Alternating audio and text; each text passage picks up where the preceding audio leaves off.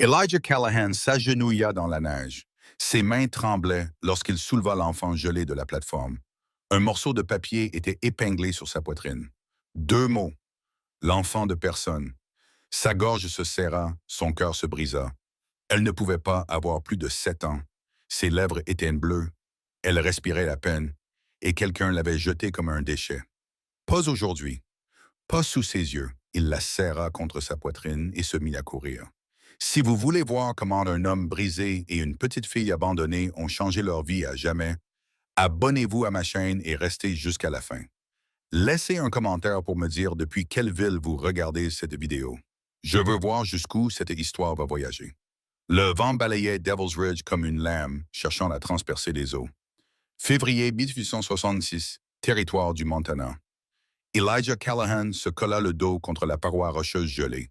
Du sang coulait d'une entaille au-dessus de son œil gauche, mais il ne l'essuya pas. Il restait concentré sur la piste en contrebas. Samuel Garrett trébuchait dans la neige. Le hors-la-loi était blessé, désespéré et dangereux.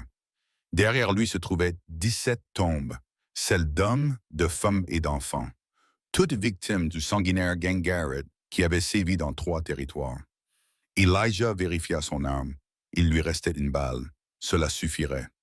Malgré ses blessures, il quitta son abri aussi silencieusement qu'une ombre. Le vent masquait ses pas.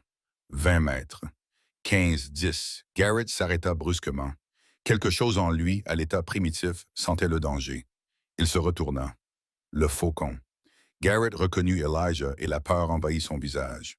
Elijah leva son revolver pour les 17 âmes que tu as envoyées prématurément dans la tombe. La main de Garrett se précipita vers son étui. Rapide, trop rapide pour un homme mourant. 2 coupes de feu retentirent à travers la crête. Elijah sentit le feu lui effleurer la tempe, mais sa propre balle trouva sa cible. Garrett tituba en arrière, serrant sa poitrine. Ses bottes se prirent dans le bord de la falaise.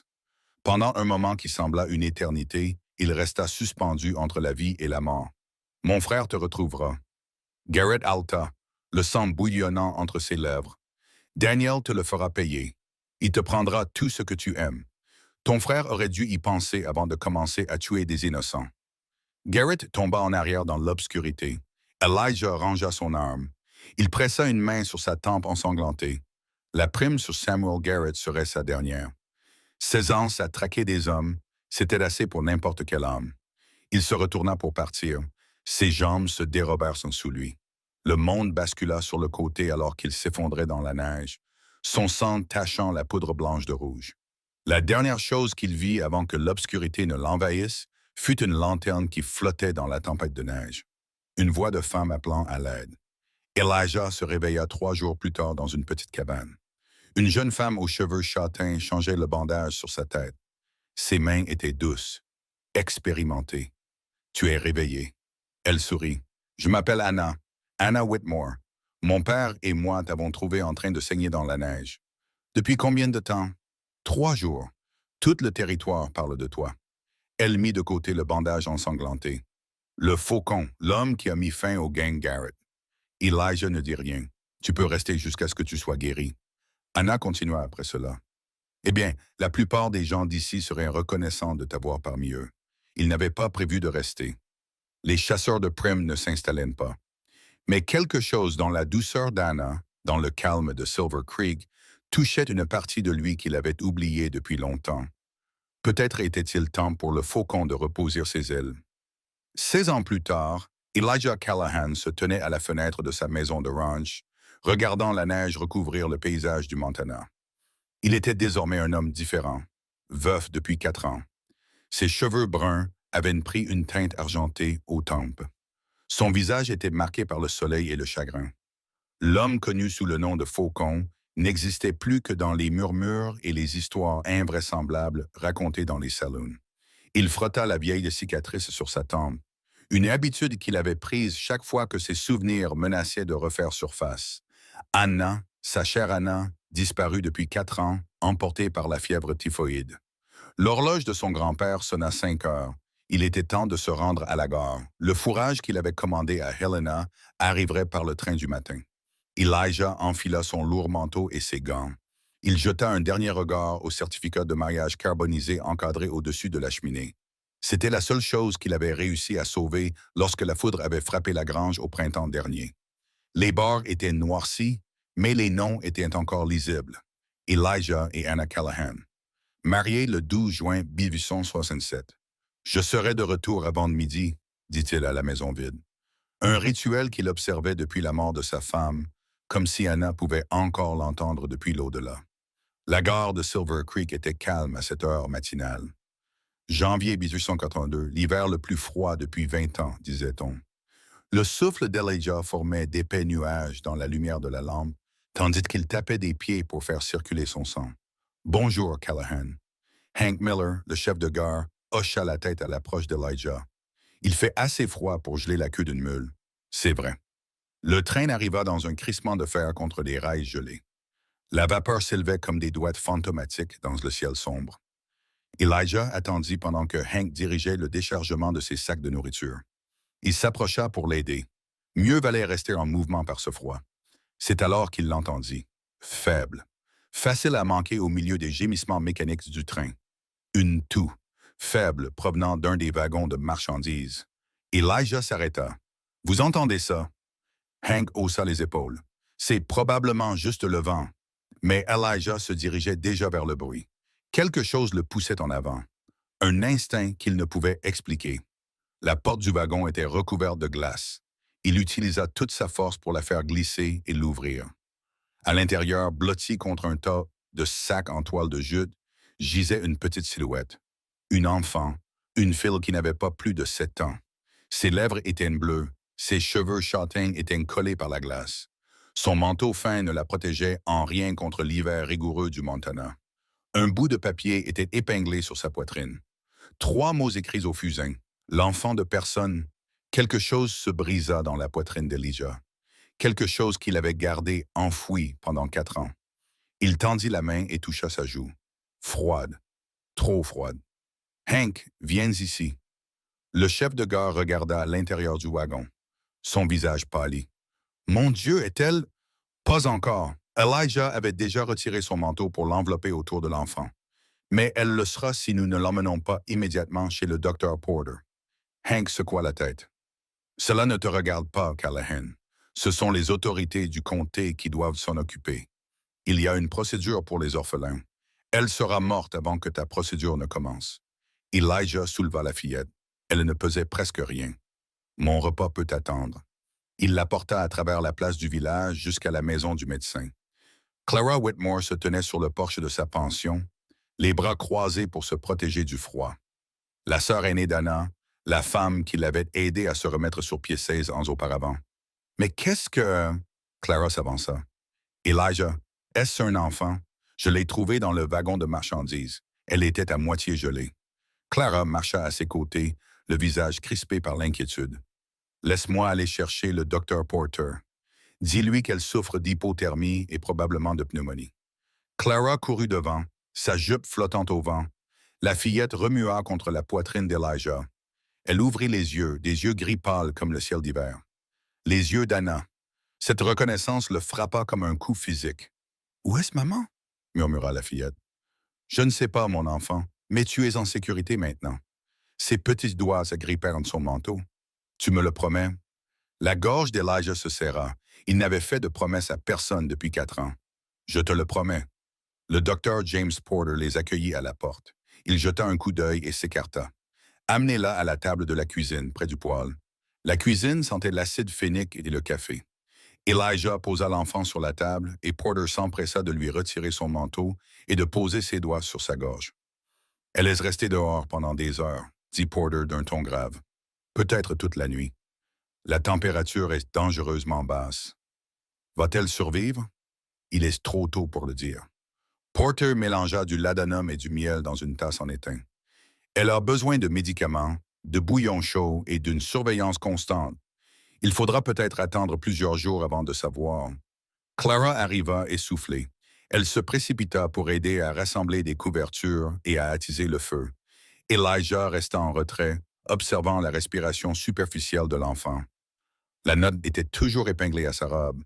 L'enfant de personne. Il se baissa, l'arracha et la froissa dans son poing. « C'est l'enfant de quelqu'un, dit-il doucement. Quelqu'un l'a abandonnée, mais elle est quand même quelqu'un. Clara leva les yeux vers lui. Quelque chose brilla dans ses yeux. De la reconnaissance peut-être, ou un souvenir. Elijah, qu'y a-t-il? Regarde son visage. Regarde-la vraiment. Il le fit. Les cheveux châtains, les yeux gris, la petite tache de naissance en forme d'étoile derrière son oreille gauche. Son sang se glaça. Anna avait la même tache de naissance exactement au même endroit. Ce n'est pas possible, murmura-t-il. La sœur d'Anna, dit Clara doucement. Lillian, elle a épousé un mineur nommé Thomas Bennett il y a environ 8 ans. Elle a déménagé à Denver. Anna lui a écrit pendant des années, mais les lettres ont cessé d'arriver il y a environ 2 ans. Vous dites que cet enfant est la nièce d'Anna. Votre nièce par alliance. La voix de Clara se brisa. Lillian a dû l'envoyer ici. Et vous, Elijah regarda à nouveau la fillette, son visage qui rappelait celui de sa défunte épouse, son petit corps qui luttait pour chaque souffle. Pourquoi? Pourquoi aurait-elle envoyé son enfant seul en hiver? Je ne sais pas. Clara s'essuya les yeux. Mais Lillian ne l'aurait pas fait si elle n'avait pas eu d'autre choix. Porter leva les yeux de son travail. Son état se stabilise. Le Eldam l'aide, mais elle devra être surveillée toute la nuit. Je vais rester, dit Elijah. Clara et Porter le regardèrent tous les deux. Elijah, commença Clara, tu n'es pas obligé. Elle fait partie de la famille.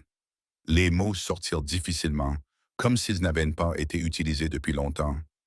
Elle est du sang d'Anna. Je vais rester. La fillette se réveilla vers minuit. Elijah était assis sur une chaise à côté de la table, regardant le feu qui brûlait faiblement. Il avait renvoyé Clara chez elle quelques heures plus tôt. Porter dormait dans la pièce voisine, prêt à intervenir si nécessaire. « Où suis-je? » Sa voix était faible, effrayée. « Tu es en sécurité, » dit Elijah. « À Silver Creek, dans le Montana, chez Doc Porter. » La fillette essaya de s'asseoir, grimaça et se recoucha. « C'est ici que maman m'a envoyé? Ta maman t'a envoyé ici? » Elle acquiesça. Elle a dit qu'il y avait de la famille ici, des gens qui voudraient de moi. Ses yeux gris se remplirent de larmes. Mais la note disait « l'enfant de personne ». La dame dans le train me l'a mise. Elle a dit que ça m'aiderait à trouver un foyer plus vite. La rage monta dans la poitrine d'Elijah. Blanche, brûlante et soudaine, un inconnu avait affublé cet enfant mourant d'une étiquette cruelle. Il l'avait qualifié de nulle part. « Comment t'appelles-tu? » demanda-t-il d'une voix douce. « Grace, Grace Bennett. »« Grace. » Il se pencha vers elle. « Je m'appelle Elijah Callahan. J'étais marié à ta tante Anna. » Les yeux de Grace s'écarquillèrent. Tante Anna-maman parlait d'elle. Elle disait que c'était la plus jolie femme du monde. Elle disait qu'elle avait épousé un homme qui attrapait les méchants. C'était il y a longtemps. Tante Anna est-elle ici? La question le toucha plus profondément que n'importe quelle balle.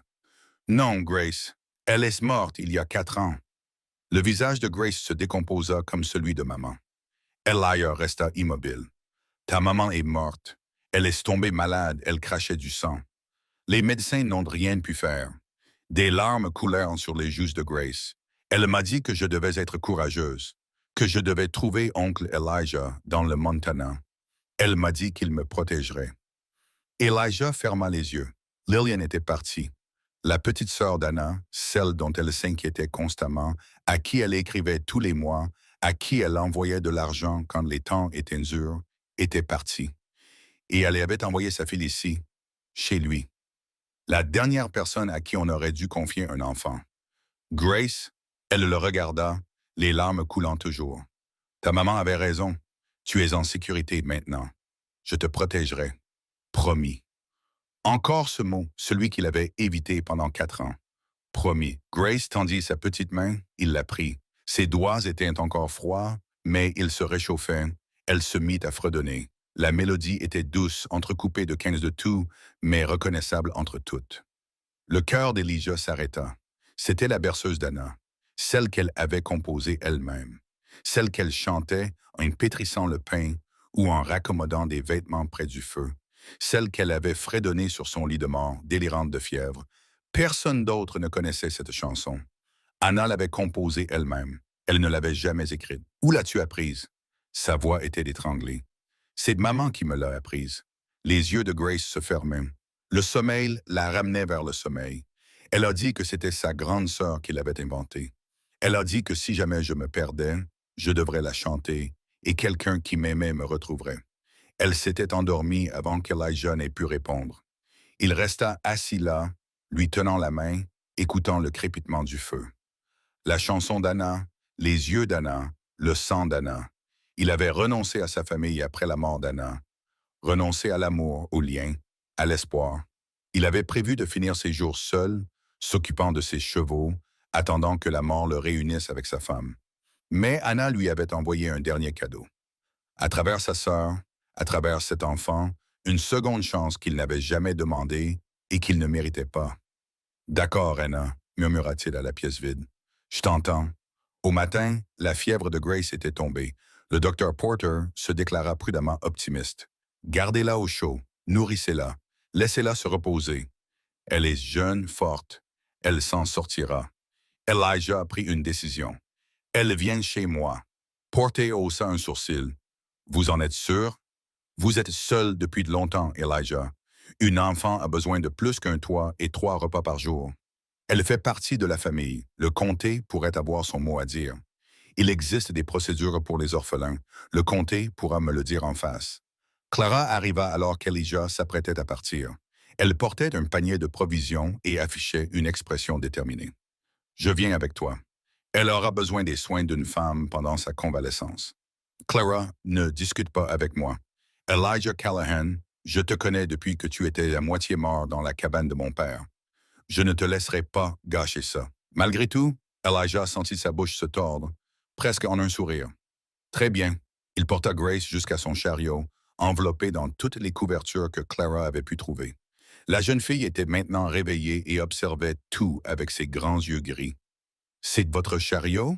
Demanda-t-elle. Oui. Maman m'a dit que vous aviez des chevaux, de beaux chevaux. En effet. Le visage de Grace s'illumina. C'était le premier vrai sourire qu'il voyait sur ses lèvres. Je peux les voir une fois. Tu es plus forte. Alors qu'ils traversaient de la ville, Elijah remarqua que les gens les regardaient, les visages aux fenêtres, les chuchotements sous les porches, le veuf solitaire accueillant une enfante étrangère. Il y aurait des ragots. Qu'il parle. Il avait connu pire. Le ranch se trouvait à 8 kilomètres de la ville, une modeste propriété nichée contre des collines couvertes de pins. La maison était petite mais solide. Elijah l'avait construite lui-même quand Anna et lui s'étaient mariés. Depuis sa mort, l'endroit avait pris un air négligé. Les rideaux restaient fermés. La poussière s'accumulait sur les étagères. Le fauteuil à bascule sous le porche recueillait la neige au lieu des conversations du soir. Clara jeta un coup d'œil et secoua la tête. Cela ne convient pas. Pas pour un enfant. C'est un abri. C'est chaud. C'est un tombeau, Elijah. Sa voix s'adoucit. Anna pleurait en voyant cela. Il n'avait pas de réponse à cela. Ils installèrent Grace dans la chambre d'amis. Clara travailla efficacement, aérant les couettes moisies, allumant le feu, préparant du bouillon dans la cuisine. Elijah se retrouva debout dans l'embrasure de la porte, regardant l'enfant dormir. L'enfant de personne. Ces mots restèrent gravés dans sa mémoire. Ce n'est pas vrai, dit-il doucement. Tu es quelqu'un, tu es celle d'Anna, et maintenant, tu es la mienne. 3 jours passèrent. Grace reprenait des forces chaque jour. Elle mangeait tout ce que Clara lui servait. Elle posait sans cesse des questions. Elle suivait Elijah du regard chaque fois qu'il se déplaçait dans la maison. Le 4e jour, elle était assez forte pour s'asseoir dans son lit. Oncle Elijah. Il s'arrêta dans l'embrasure de la porte. Ce titre lui semblait encore étrange. Étranger, oui. Qu'est-ce qui t'est arrivé au visage? Elle désigna la cicatrice sur sa tempe. C'est un méchant qui t'a fait ça? Il y a longtemps, tu l'as attrapé comme maman l'a dit. Elijah hésita. Le faucon lui semblait appartenir à une autre vie, à une autre personne. Oui. Tu l'as attrapé? Oui. Grace acquiesça solennellement. Bien. Les méchants doivent être attrapés. Cet après-midi-là, Clara annonça qu'elle devait retourner en ville. J'ai une entreprise à gérer. Je ne peux pas rester éternellement. Elle lança un regard sévère à Elijah. Mais je reviendrai tous les jours jusqu'à ce qu'elle soit complètement rétablie. J'apprécie tout ce que tu as fait. Clara s'arrêta à la porte. Une expression complexe traversa son visage. Elle lui ressemble, tu sais, à Anne. La façon dont elle penche la tête quand elle réfléchit. La façon dont elle fredonne. Je sais. Ne laisse pas ce fantôme te hanter, Elijah. Ce n'est pas Anna. C'est Grace, une enfant qui a besoin que tu la vois telle qu'elle est. Je le sais aussi. Clara l'observa longuement, puis elle hocha la tête et partit. Ce soir-là, Elijah s'assit avec Grace près du feu. Elle était enveloppée dans l'une des vieilles couvertures d'Anna, celle avec le motif de montagne qu'Anna avait cousu pendant leur premier hiver ensemble. Oncle Elijah. Tu es triste? La question le prit au dépourvu. Pourquoi me demandes-tu cela? Tes yeux. Grace le regardait fixement. Ils sont tristes, comme ceux de ma main à la fin, comme si elle pensait à des choses qui lui manquaient. Elijah fixa le feu. J'ai perdu quelqu'un que j'aimais beaucoup, ta tante Anna. C'est pour ça que la maison semble vide? Parce qu'elle n'est plus là. La vérité sort de la bouche des enfants, oui. Grace resta silencieuse un instant, puis elle dit, Maman m'a dit quelque chose avant de me mettre dans le train. Elle m'a dit, quand quelqu'un que nous aimons meurt, il ne nous quitte pas vraiment. Il déménage simplement dans un endroit que nous ne pouvons pas voir, mais il continue à nous regarder, à nous aimer. Elijah eut la gorge serrée. Ta maman était une femme sage.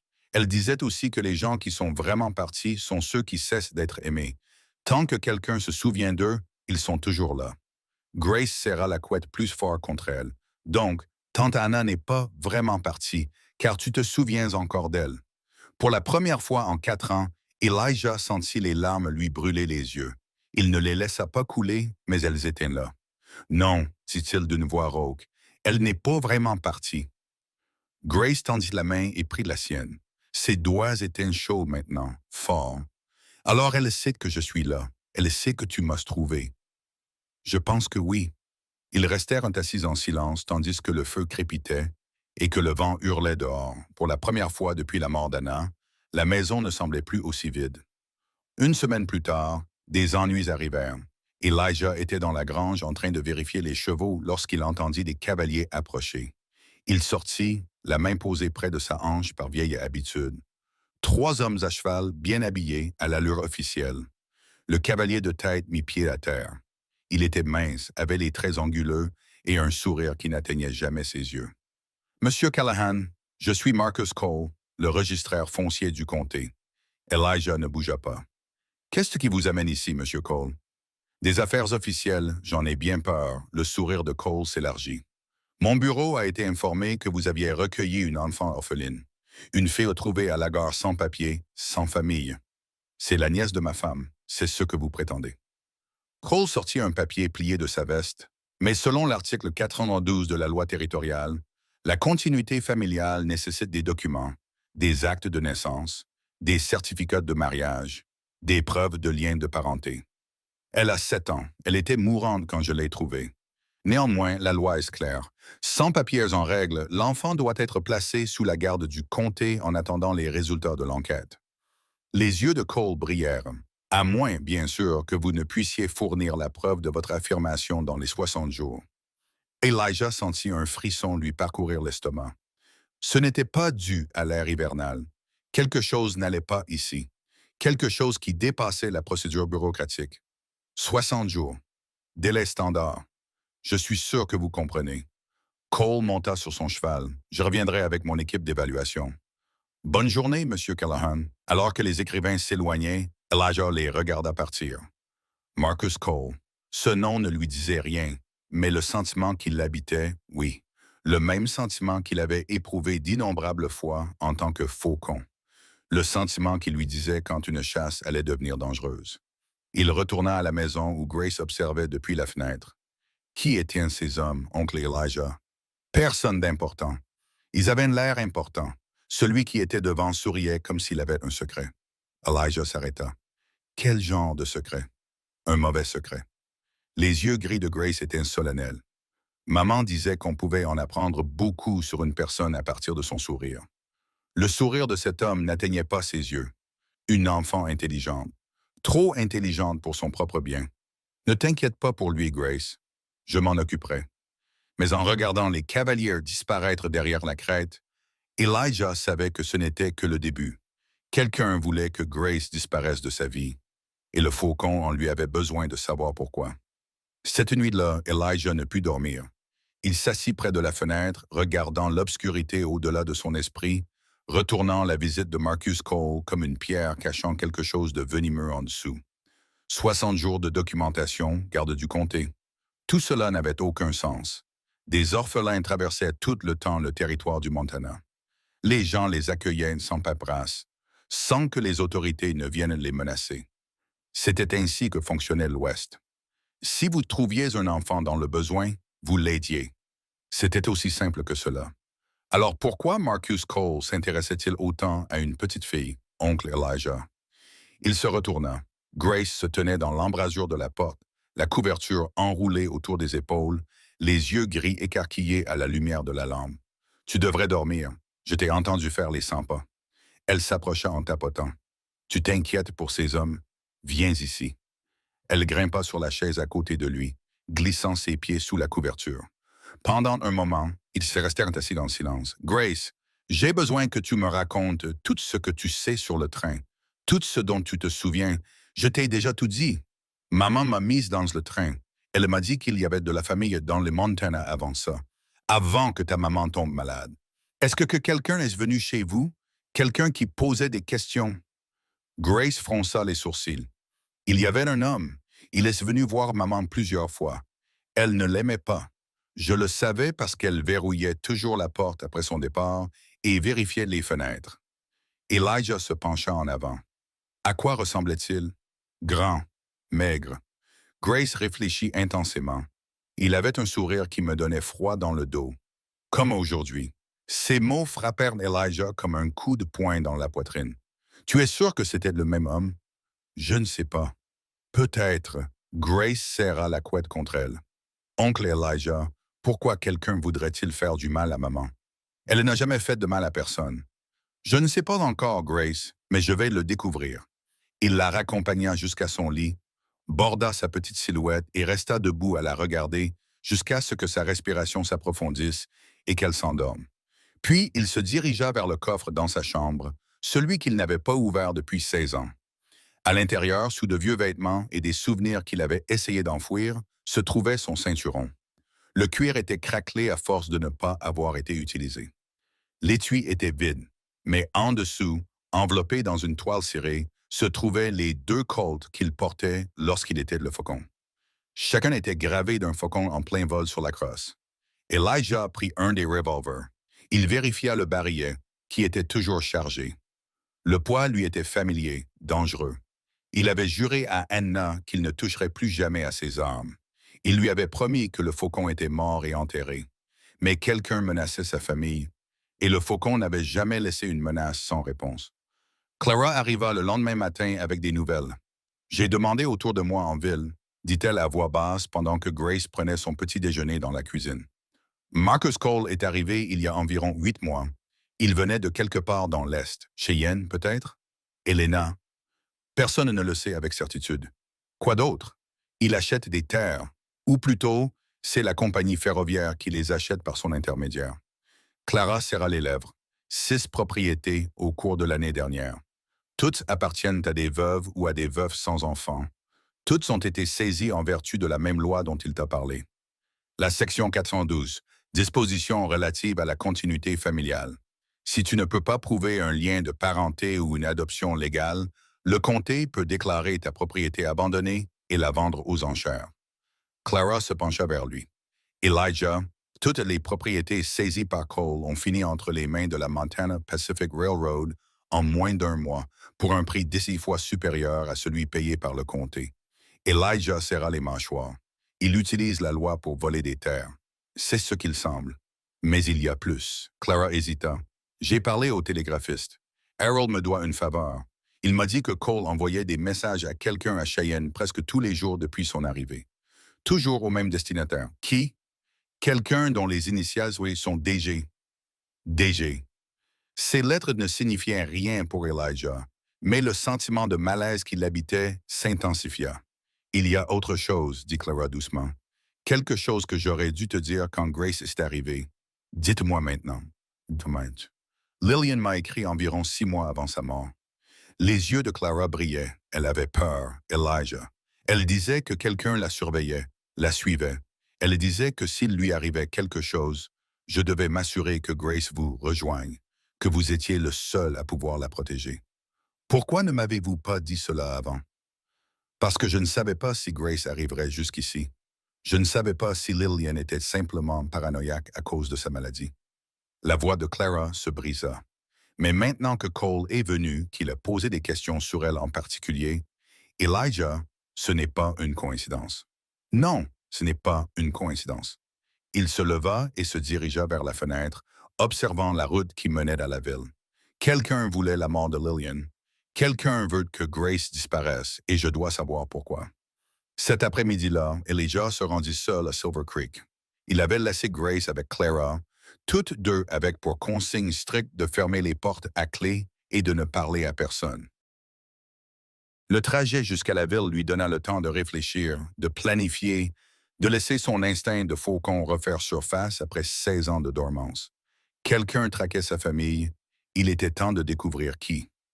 Le shérif Henry Dawson était dans son bureau, les pieds posés sur le bureau, quand Elijah entra. Dawson leva les yeux. Son visage buriné exprima la surprise, puis quelque chose de plus profond. La reconnaissance. Tiens, tiens, Elijah Callahan. Ça fait longtemps que tu n'es pas venu en ville de ton plein gré. J'ai besoin d'informations, Henry. À propos de Marcus Cole, je suppose. Dawson posa ses pieds sur le sol. Clara a posé des questions partout en ville. Je me doutais que tu finirais par te montrer. Qu'est-ce que tu sais? Dawson l'observa longuement. Puis il ouvrit le tiroir de son bureau et en sortit une bouteille de whisky et 2 verres. Assieds-toi, Elijah. Ça va prendre un certain temps. Elijah s'assit. Dawson versa 2 verres et en poussa un vers lui. Tu te souviens, en 66, le gang Garrett? Je m'en souviens. Tu as tué Samuel Garrett, le chef, mettant fin à leur saccage à travers 3 territoires. Dawson but une gorgée, mais Samuel avait un frère cadet, Daniel. Il n'était qu'un gamin à l'époque, 15 ou 16 ans. Il suivait le gang, mais n'avait jamais commis de crime suffisamment grave pour être recherché. Elijah sentit un frisson le parcourir. Daniel Garrett, DG. Dawson acquiesça. J'ai fait quelques recherches après que Clara ait commencé à poser des questions. Marcus Cole n'existe pas avant 1874. Pas d'acte de naissance, pas d'antécédents familiaux, rien. C'est comme s'il était sorti de nulle part. Il se pencha en avant. Mais Daniel Garrett a disparu du territoire en 1877, 1 an après que vous ayez tué son frère. Vous dites que Cole est Daniel Garrett? Je dis que c'est très suspect. Le regard de Dawson était dur. Un homme sans passé débarque dans votre territoire. Il commence à saisir les terres des gens sans famille. Puis une enfant liée à vous apparaît et soudain, il tient absolument à ce qu'elle ne reste pas. L'esprit d'Elijah tournait à toute vitesse. Les pièces du puzzle se mettaient en place. Des pièces terribles formant une image terrible. Il planifie cela depuis des années, on dirait bien. Mais pourquoi maintenant? Pourquoi attendre 16 ans? Dawson resta silencieux pendant un moment. Puis il dit, « Votre femme Anna est morte il y a 4 ans. Quel est le rapport? Réfléchissez, Elijah. Tant qu'Anna était en vie, vous aviez une famille. Vous aviez des racines. Vous prendre vos terres aurait été compliqué. » La voix de Dawson s'adoucit. Mais un veuf sans enfant, sans héritier. En vertu de l'article 92, vous êtes vulnérable. Tes terres pourraient être saisies de la même manière qu'il a pris toutes les autres. Cette prise de conscience frappa Elijah comme un coup physique. Il attendait que je sois seul. Et puis Grace est arrivée. La fille de Lillian, la nièce d'Anna. Dawson acquiesça lentement. Elle complique les choses pour lui. Si elle est légalement reconnue comme faisant partie de ta famille, tu es protégé. Mais s'il peut prouver qu'elle n'est pas de votre sang, qu'elle n'est pas votre pupille légale, il prendra tout. Vos terres, vos chevaux, tout ce que vous et Anna avez construit. Dawson se pencha en arrière. Et si je devais deviner, il se vengera de son frère au passage. Il vous laissera sans rien, comme vous l'avez laissé sans rien quand vous avez tué Samuel. Elijah se leva brusquement, sa chaise raclant le sol. Où est-il maintenant? Elijah. La voix de Dawson était menaçante. Ne fais rien de stupide. Où? Dans son bureau, au bâtiment du comté. Mais écoute-moi. Dawson se leva, bloquant la porte. Si tu vas le chercher maintenant, les armes dans la main, tu joues son jeu. Il veut que tu redeviennes le faucon. Il veut que tu lui donnes une excuse pour agir légalement contre toi. Il a tué Lillian. Je le sais. Tu ne sais encore rien. Tu as des soupçons. Les yeux de Dawson fixaient les siens. Tu as besoin de preuves, Elijah. De vraies preuves. Quelque chose qui tiendra devant un juge. Sinon, c'est lui qui gagnera. Elijah restait là, les poings serrés, chaque instinct lui criant de trouver Cole et d'en finir maintenant. Mais Dawson avait raison. Le faucon avait été un chasseur, un tueur, mais il avait aussi été patient, stratégique. Il n'avait jamais laissé la rage obscurcir son jugement. Comment obtenir des preuves? Dawson ouvrit un autre tiroir et en sortit un registre relié en cuir. J'ai tout consigné. Chaque saisie foncière dans laquelle Cole a été impliqué, chaque propriété qui a fini entre les mains du chemin de fer, chaque famille qu'il a détruite. Il tendit le registre à Elijah. Ce n'est pas suffisant pour le condamner. Pas encore, mais c'est un début. Elijah a pris le registre. De quoi d'autre ai-je besoin? De témoins, de documents, de quelqu'un prêt à témoigner que Cole a falsifié des signatures, fabriqué des preuves. Dawson marqua une pause. Et vous devez établir publiquement et de manière indéniable que Grace est votre famille légale. Ainsi, il ne pourra pas utiliser l'article 412 contre vous. Comment? À l'ancienne. Comme les gens prouvent leur appartenance à une famille depuis des générations ici. La bouche de Dawson esquissa quelque chose qui ressemblait presque à un sourire. Une cérémonie de marquage. La participation publique au commerce familial, sous les yeux de toute la ville. Elle a 7 ans. Assez grande pour tenir un fer, assez grande pour marquer. Dawson croisa son regard. C'est légal, Elijah. La loi territoriale le reconnaît. Et si la moitié de la ville la voit marquer tes chevaux avec ta famille, Mark, aucun juge du Montana ne pourra dire qu'elle n'est pas de ta famille. Elijah baissa les yeux vers le registre qu'il tenait dans ses mains, puis vers l'insigne sur la poitrine de Dawson. Tu prends un risque en m'aidant ainsi. Tu m'as sauvé la vie en 67, quand les hommes de Samuel m'avaient coincé près d'Helena. La voix de Dawson était calme. Je n'ai pas oublié, et je ne laisserai pas son frère détruire un homme bon et une enfant innocente. Elijah acquiesça d'un signe de tête. Merci, Henry. Ne me remercie pas encore. Nous avons un long combat devant nous. Elijah retourna au ranch à la tombée de la nuit. Clara l'accueillit à la porte, le visage crispé par l'inquiétude. Qu'as-tu découvert? Où est-ce Grace? Elle dort. Elle s'est épuisée en m'aidant à nettoyer. Clara s'approcha. Elijah, que se passe-t-il? Il lui raconta tout. La véritable identité de Cole, le complot de vengeance préparé depuis 16 ans, le danger que courait Grace simplement en existant. Clara écouta en silence que tu. Quand il eut terminé, elle était pâle, mais déterminée. Que faisons-nous? Nous nous battons, mais intelligemment. Elijah posa le registre de Dawson sur la table. Je dois trouver d'autres preuves. La preuve que Cole a falsifié des documents, qu'il a volé des terres, et je dois établir la famille de Grace avant l'expiration du délai de 60 jours. La cérémonie de marquage, l'idée de Dawson, c'est légal, contraignant. Si Grace y participe publiquement, Cole ne pourra pas contester son statut. Clara acquiesça lentement. Je peux aider. Il y a des gens en ville qui se souviennent de ce que tu as fait pour ce territoire.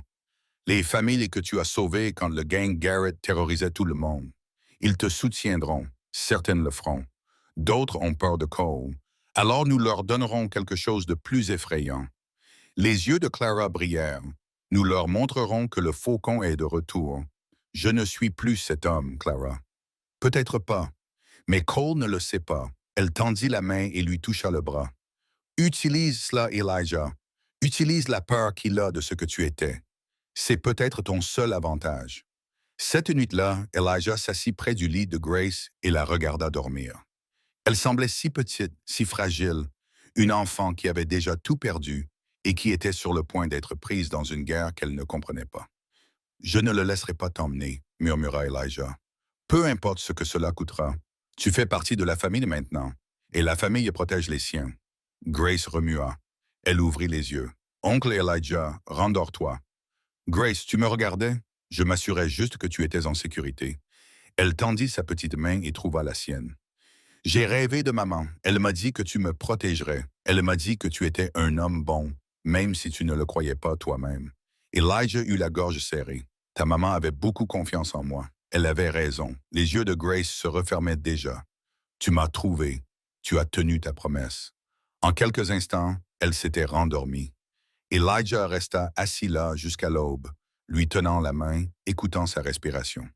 Les semaines suivantes furent consacrées à des préparatifs intenses. Elijah travaillait avec Grace tous les jours, lui apprenant à tenir le fer à marquer, à appuyer fermement et avec précision. Elle était petite mais déterminée. Ses mains devenaient plus fortes à chaque séance. Comme ça, demanda-t-elle en imitant le mouvement pour la 100e fois. Plus fermement. Compte jusqu'à 3 dans ta tête, puis soulève. Elle réessaya. C'est mieux cette fois. Bien, tu apprends vite. Grace rayonna de joie à ses compliments. Maman disait toujours que j'étais têtu. Elle disait que je tenais ça de tante Anna. Elle n'avait pas tort. Clara venait tous les jours apporter des provisions et des nouvelles de la ville. Certaines étaient encourageantes. Les familles se souvenaient de ce que le faucon avait fait pour elles. Elles étaient prêtes à témoigner en faveur d'Elijah. Mais d'autres nouvelles étaient plus sombres. Cole a été très occupé, rapporta Clara un après-midi. Il a déposé des documents auprès du juge territorial. Il prétend que vous n'êtes pas apte à vous occuper de Grace. Il dit que vous l'avez menacée, que vous êtes instable. Ce sont des mensonges. Bien sûr, ce sont des mensonges, mais il a des témoins, des gens qu'il a payés ou menacés. Clara grimaça. Il a également demandé au juge d'accélérer la procédure. Il veut que cela soit fait avant la fin des 60 jours. Peut-il faire cela? Si le juge accepte et que le juge Harrison doit se rendre à Silver Creek le mois prochain. Clara marqua une pause.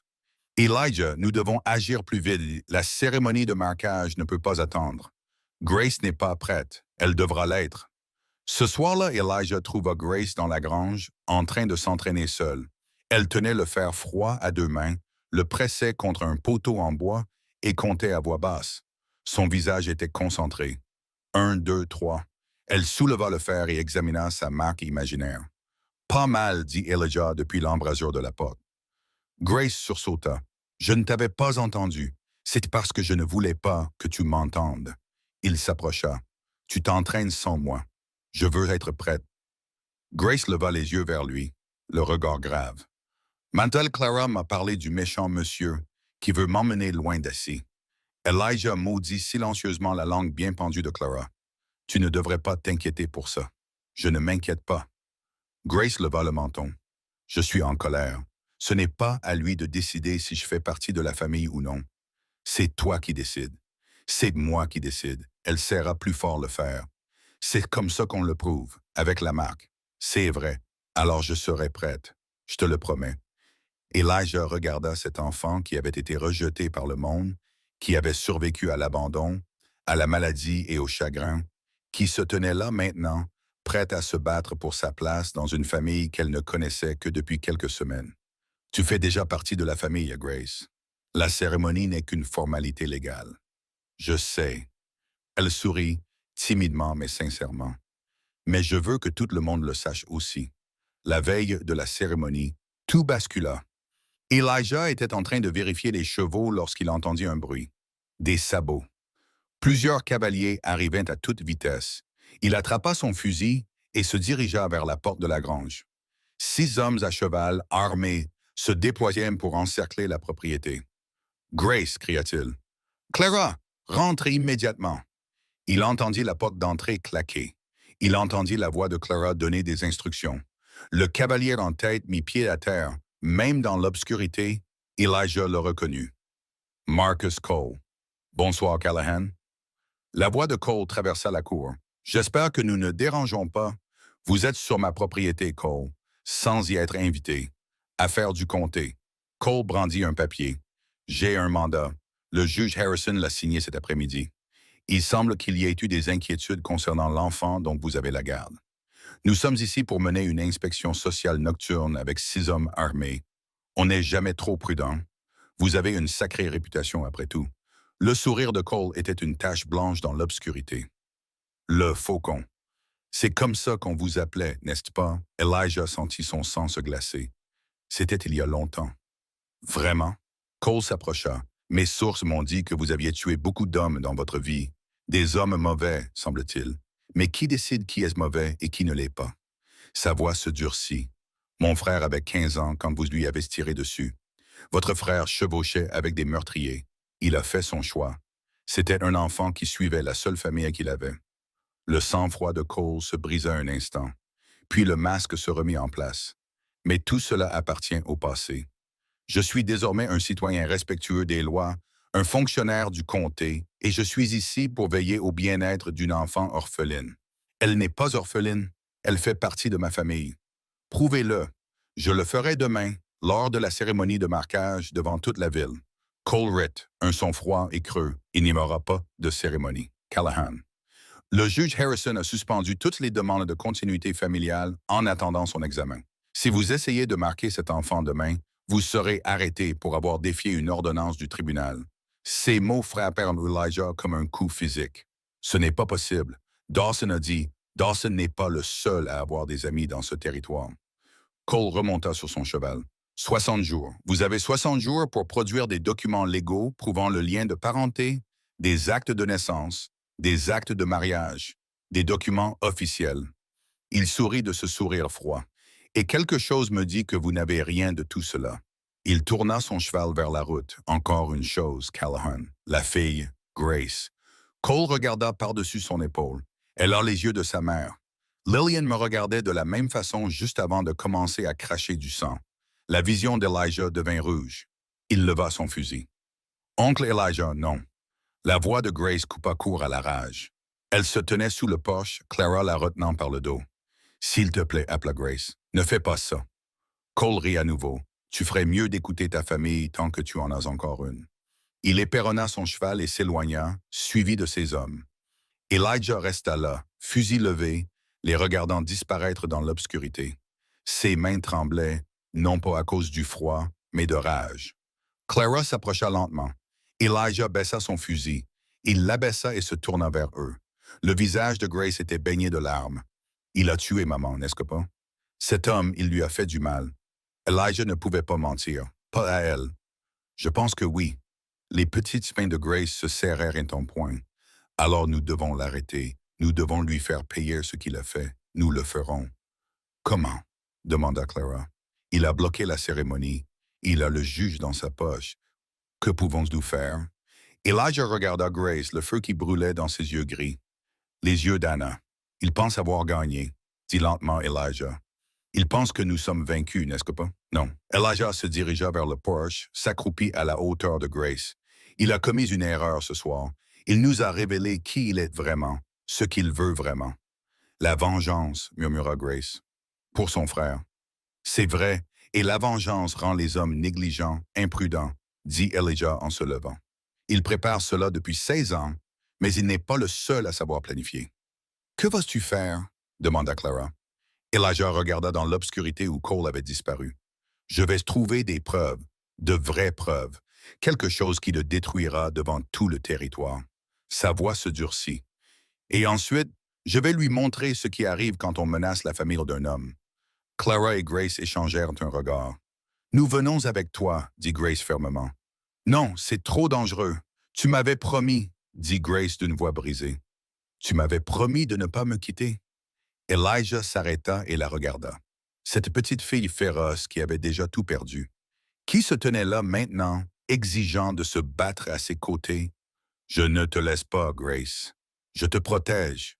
Alors protège-moi en me laissant t'aider. Elle leva le menton. Maman disait que la famille reste soudée quoi qu'il arrive. Clara posa sa main sur l'épaule de Grace. Elle a raison, Elijah. Quel que soit ton plan, nous en faisons partie. Nous tous. Elijah les regarda. La sœur de la femme qu'il avait aimée. La nièce qui était devenue sa fille à tous égards, sauf devant la loi. Sa famille. D'accord, dit-il finalement. Grace se jeta dans ses bras. Il la serra fort, sentant son petit cœur battre contre sa poitrine. Quelque part, Daniel Garrett pensait avoir gagné. Il se trompait. Le faucon était réveillé, et cette fois, il avait une raison de se battre. Les 3 jours suivants, Elijah dormit à peine. Il se rendit à toutes les fermes que Cole avait saisies, frappa aux portes, posa des questions. La plupart des gens avaient trop peur pour parler. Ils avaient vu ce qui était arrivé à ceux qui s'étaient opposés au greffier du comté. Mais quelques-uns se souvenaient, quelques-uns étaient suffisamment en colère pour partager ce qu'ils savaient. Thomas Hartwell fut le premier à parler ouvertement. Il est venu chez ma voisine au printemps dernier, a déclaré Hartwell, debout à l'entrée de sa grange. Une vieille veuve nommée Martha Jennings. Elle vivait seule depuis la mort de son mari en 79. Cole s'est présenté avec des papiers. Il a dit qu'elle n'avait pas rempli les documents nécessaires, que sa terre était confisquée. Que s'est-il passé? Elle s'est battue. Elle lui a montré son certificat de mariage, les dossiers militaires de son mari, tout ce qui était légal et en règle. Le visage de Hartwell s'est assombri. Une semaine plus tard, sa maison a brûlé, emportant tous ses documents. Cole est revenu le lendemain avec de nouveaux papiers, affirmant que sans preuve, elle n'avait aucun droit. Où est-elle maintenant? À l'hospice du comté. Elle a tout perdu. Elijah sentit monter en lui la rage froide qui lui était familière. Seriez-vous prêt à témoigner devant un juge?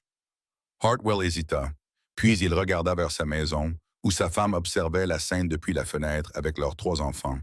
Cole a menacé ma famille. Callahan dit, « Si je parle, je serai le prochain. Je peux vous protéger. Et vous? » Hartwell secoua la tête. « Vous êtes seul contre tout le système du comté. Cole a le juge dans sa poche. Il a engagé des tueurs à gages. Il a l'argent des chemins de fer derrière lui. J'ai la vérité. La vérité n'arrête pas les balles. » Elijah s'approcha. « Il y a 16 ans, votre père était coincé à l'extérieur de Helena. Le gang Garrett l'avait encerclé. Il l'aurait tué si je n'étais pas arrivé. » Hartwell resta immobile. « Vous vous en souvenez? Je me souviens de chaque vie que j'ai sauvée et de chaque personne que j'ai tuée. » Elijah le regarda dans les yeux. « Ton père m'a dit quelque chose avant de mourir. Il m'a dit que son fils était un homme bon, un homme honnête, le genre d'homme qui se battait quand il le fallait. » Hartwell resta silencieux pendant un long moment. Puis il se redressa.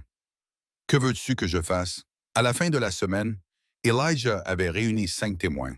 5 familles prêtes à témoigner contre Cole, 5 histoires de faux documents, de maisons incendiées, de terres volées, mais cela ne suffisait toujours pas. « Nous avons besoin des documents eux-mêmes, » a déclaré Dawson lorsque Elijah lui a apporté les témoignages.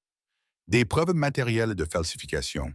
Sans cela, ce n'est que leur parole contre la sienne. Où les garderait-il? Dans son bureau, dans le bâtiment du comté. Dawson a froncé les sourcils. Mais c'est plus sécurisé qu'un coffre-fort de banque. Il a des hommes qui le surveillent jour et nuit. Alors nous trouverons un autre moyen d'y entrer. Clara est arrivée au ranch ce soir-là avec une nouvelle inattendue. J'ai parlé à Sarah Miller. Elle travaille comme femme de ménage dans le bâtiment du comté et elle a vu le registre privé de Cole. Il le garde dans un coffre-fort derrière son bureau. Elle ne sait pas ce qu'il contient, mais elle l'a vu y ajouter des entrées chaque fois qu'il saisit une nouvelle propriété. Elijah se pencha en avant. Peut-elle nous y donner accès? Elle est terrifiée par Cole, mais son mari fait partie des hommes qui se sont fait voler leur terre. Le regard de Clara se durcit. Je pense qu'elle serait prête à nous aider, moyennant une contrepartie. Quelle contrepartie? Elle veut récupérer les terres de sa famille une fois que Cole aura été démasqué. Marché conclu. Le plan prit forme au cours des jours suivants. Sarah Miller laisserait une fenêtre ouverte au rez-de-chaussée. Elijah se faufilerait à l'intérieur après minuit, trouverait le coffre-fort et récupérerait les preuves qui s'y trouvaient. Simple, propre, dangereux. La veille de l'opération, Grace trouva Elijah dans la grange en train de vérifier ses armes. « Tu vas faire quelque chose de dangereux, » dit-elle. « Ce n'est pas une question, je vais obtenir des preuves. Des preuves qui arrêteront Cole. Laisse-moi venir avec toi. » Absolument pas. Mais Grace Elijah posa son revolver et s'accroupit à sa hauteur. « C'est quelque chose que je dois faire seul.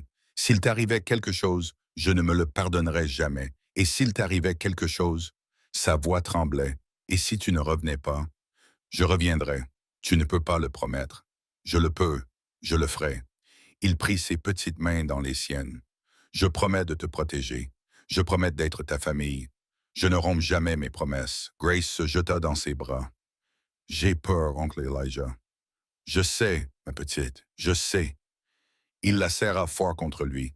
Mais parfois, être courageux signifie avoir peur et faire quand même ce qu'il faut. C'est ce que maman disait. Ta maman était une femme sage. Cette nuit-là, Elijah quitta le ranch à la minuit. Le trajet jusqu'à la ville fut calme, trop calme. Son instinct lui criait que quelque chose n'allait pas, mais il continua d'avancer. Il était allé trop loin pour faire demi-tour maintenant. Le bâtiment du comté était plongé dans l'obscurité lorsqu'il arriva. Il attacha son cheval dans la ruelle et se dirigea vers la fenêtre que Sarah avait promis de laisser ouverte. Elle était ouverte, comme elle l'avait dit. Elijah enfila ses bottes, silencieuses sur le parquet. Le bâtiment sentait la poussière et le vieux papier. Il avança dans l'obscurité, comptant les portes jusqu'à ce qu'il trouve le bureau de Cole. La porte était verrouillée, mais les serrures n'avaient jamais arrêté le faucon. En quelques secondes, il était à l'intérieur. Le coffre-fort se trouvait exactement là où Sarah l'avait décrit, derrière le bureau, caché derrière un tableau représentant les montagnes du Montana. Elijah travailla rapidement. La serrure à combinaison était vieille et rouillée. Il colla son oreille contre le métal, écoutant le clic des goupilles qui se mettaient en place. 1, 2, 3. Le coffre-fort s'ouvrit. À l'intérieur se trouvaient des piles de papier, des registres, des certificats. Elijah prit tout ce qu'il pouvait porter, fourrant les documents dans sa sacoche. Puis il la vit. Une lettre adressée à Daniel Garrett par un certain William Hayes, datée de 1878. Elijah la déplia et la lut à la faible lumière qui filtrait à travers la fenêtre. « Daniel, j'ai terminé les recherches que tu m'avais demandées. Elijah Callahan a épousé Anna Whitmore en 1867. Sa sœur Lillian a épousé Thomas Bennett en 1874. Ils ont une fille, Grace, née en 1875. Si Callahan meurt sans héritier, ses biens reviennent au comté en vertu de l'article 412. Cependant, si l'enfant de sa sœur établit sa résidence légale chez Callahan, sa demande devient protégée. Je recommande d'éliminer cette possibilité avant qu'elle ne se présente. » Elijah sentit son sang se glacer. Cole savait depuis des années pour Grace. Il avait planifié cela avant même que Lillian ne tombe malade. Il avait assassiné Lillian pour isoler Grace, la rendre vulnérable, l'utiliser comme une arme contre Elijah.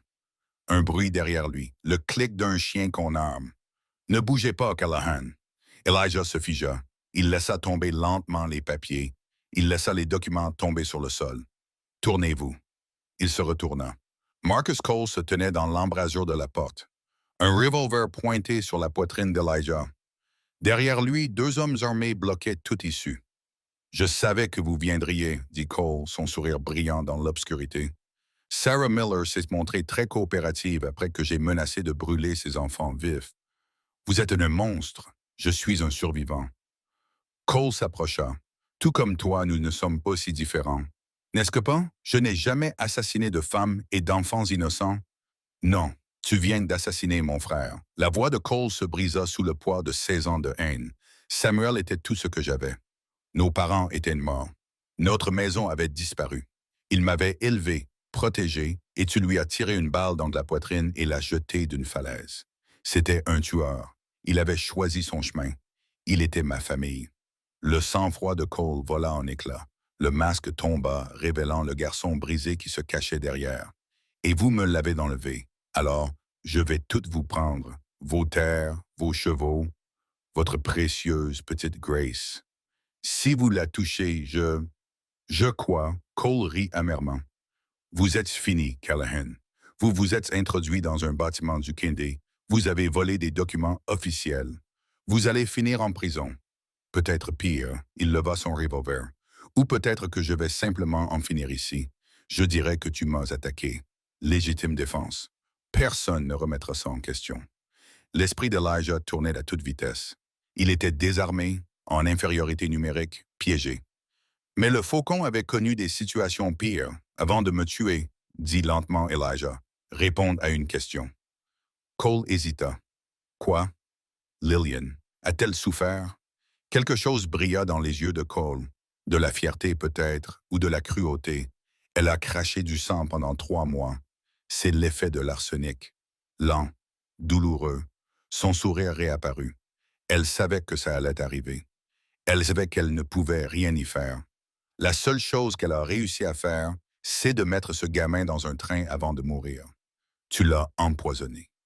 J'ai éliminé un obstacle, tout comme j'ai éliminé ta femme. Ces mots frappèrent Elijah comme un coup physique. Anna est morte de la typhoïde. Vraiment? Le sourire de Cole s'élargit. La typhoïde a quelque chose d'amusant. Ses symptômes sont très similaires à ceux de certains poisons, surtout si personne ne pense à les rechercher. Le monde semblait basculer. 4 années de chagrin. 4 années à se reprocher de ne pas avoir été là. Et tout ce temps, il s'agissait d'un meurtre. Tu as tué Anna. J'ai tué ton avenir. Cole leva le revolver, visant entre les yeux d'Elijah. Et maintenant, je vais finir le travail. Un coup de feu retentit, mais il ne provenait pas de l'âme de Cole. Cole tituba, serrant son épaule. Du sang coulait entre ses doigts. Quoi? Un autre coup de feu. L'un des hommes de Cole tomba. Le chaos éclata. Elijah plongea pour se mettre à l'abri alors que les coupes de feu explosaient autour de lui. Il entendit des cris, des bruits de pas, le bruit de verres brisés. Puis une voix familière. Elijah, par ici. Le shérif Dawson apparut dans l'embrasure de la porte, un fusil à la main. Derrière lui, Tom Hartwell et 3 autres hommes de la ville, tous armés. Bouge maintenant! Elijah attrapa les documents éparpillés et courut. Ils se précipitèrent hors du bâtiment dans l'air nocturne. D'autres coupes de feu les suivirent, mais les hommes de Dawson leur fournissaient un tir de couverture. Comment avez-vous su? Haleta Elijah alors qu'il montait à cheval. Clara s'est doutée que quelque chose n'allait pas quand vous n'étiez pas rentré à 2 heures. Elle m'a réveillé. Dawson épéronna son cheval. Heureusement qu'elle l'a fait. Ils galopèrent dans l'obscurité, laissant Silver Creek derrière eux. La voix de Cole résonna derrière eux, déformée par la rage. Ce n'est pas fini, Callahan. Je brûlerai tout ce que vous aimez. Le reste fut emporté par le vent. Ils ne s'arrêtèrent qu'une fois arrivés au ranch Hartwell, à 8 kilomètres de la ville. À l'intérieur, Elijah étala les documents volés sur la table de la cuisine. Ses mains tremblaient, non pas de peur, mais de rage. « Il les a tués », dit Elijah doucement. « Anna, Lillian, il les a toutes les deux assassinées. » Quoi? Clara avait attendu chez les Hartwell. Son visage pâlit. « C'est impossible. Anna est morte de la typhoïde. » Le médecin l'a confirmé. Le médecin ne savait pas qu'il fallait rechercher la présence de poison. Elijah lui montra la lettre. Cole préparait cela depuis des années. Il a tué Lillian pour isoler Grace. Il a tué Anna pour m'isoler. Clara lut la lettre. Ses mains se mirent à trembler. Oh mon Dieu, Elijah. Tout ce temps, il a avoué. Ce soir, il s'en est vanté. La voix d'Elijah était glaciale. Il va payer pour ce qu'il a fait. Pour tout. Comment? Demanda Dawson. Il est blessé, mais il n'est pas mort. Et il a toujours des hommes. Il a toujours le juge dans sa poche. Plus maintenant. Elijah brandit un autre document, une page du grand livre montrant les paiements versés au juge Harrison. Cela prouve que le juge a accepté des pots de vin. Ces décisions sont invalides. Toutes les saisies foncières effectuées par Cole peuvent être annulées. C'est incroyable. Mais Cole n'acceptera pas la défaite. Il s'en prendra à toi, Grace. Qu'il vienne. Les yeux d'Elijah étaient durs. J'en ai assez de fuir, assez de me cacher. Il veut le faucon. Il va l'avoir. Ils retournèrent au ranch d'Elijah à l'aube. La maison était calme quand ils arrivèrent. Trop calme. Elijah mit pied à terre avant même que son cheval ne se soit complètement arrêté de courir vers la porte d'entrée. Elle était ouverte. Grace Clara. Pas de réponse. Il se précipita à l'intérieur, le cœur battant à tout rompre. La pièce principale était en désordre. Les meubles étaient renversés. Des assiettes en cassé jonchaient le sol. Il y avait des traces de lutte. Non. Il courut vers la chambre de Grace. Elle était vide. Sur le lit, épinglé à son oreiller, il y avait une note. « Tu m'as pris, mon frère. Maintenant, je vais prendre ce qui compte le plus pour toi. Apporte les documents à Devil's Ridge. Minuit. Viens seul ou la file meurt. » Les mains d'Elijah écrasèrent le papier. Derrière lui, Dawson et Hartwell arrivèrent et constatèrent la destruction. « Ils l'ont », dit Elijah d'une voix à peine reconnaissable. Cole et Grace. Elijah, il veut que je vienne seul pour échanger les documents contre sa vie.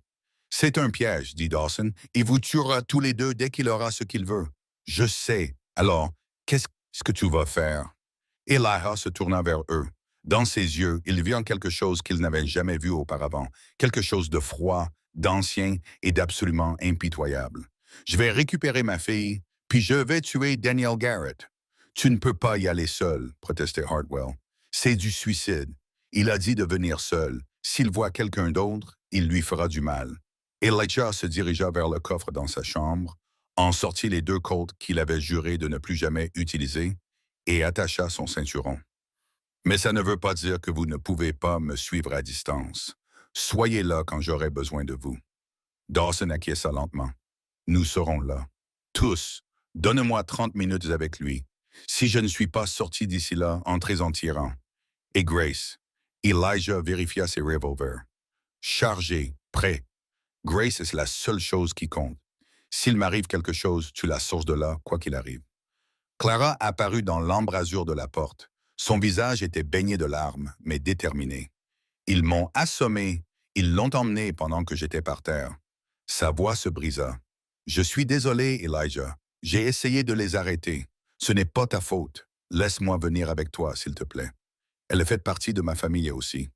Elijah s'approcha d'elle et posa ses mains sur ses épaules. J'ai besoin que tu restes ici en sécurité. Grace aura besoin de quelqu'un quand tout cela sera terminé. Quelqu'un qui l'aime. Les larmes de Clara coulaient maintenant librement. Ramène-la à la maison, Elijah. Promette-le-moi. Je te le promets.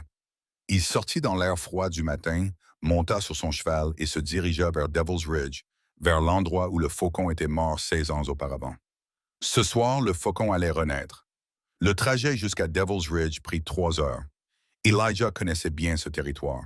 Chaque rocher, chaque sentier, chaque ombre. Il y a 16 ans, il avait traqué Samuel Garrett dans ces mêmes montagnes et avait mis fin à la vie du hors-la-loi au bord de cette même falaise. Aujourd'hui, il revenait pour affronter son frère. La crête apparut alors que le soleil commençait à se coucher. Une étendue rocheuse plate surplombant un canyon de 50 mètres de profondeur, le même canyon dans lequel Samuel Garrett était tombé il y a toutes ces années. Cole attendait. Il se tenait près du bord de la falaise, Grace devant lui comme un bouclier. Un couteau brillait contre sa gorge. Derrière lui, 6 hommes armés se déployaient sur la crête. « Tu es venu ?» cria Cole alors qu'Elijah descendait de cheval. « Je n'étais pas sûr que tu viendrais. »« Laisse-la partir, Daniel. »« Daniel, dit Cole en riant amèrement. Personne ne m'a appelé comme ça depuis 16 ans.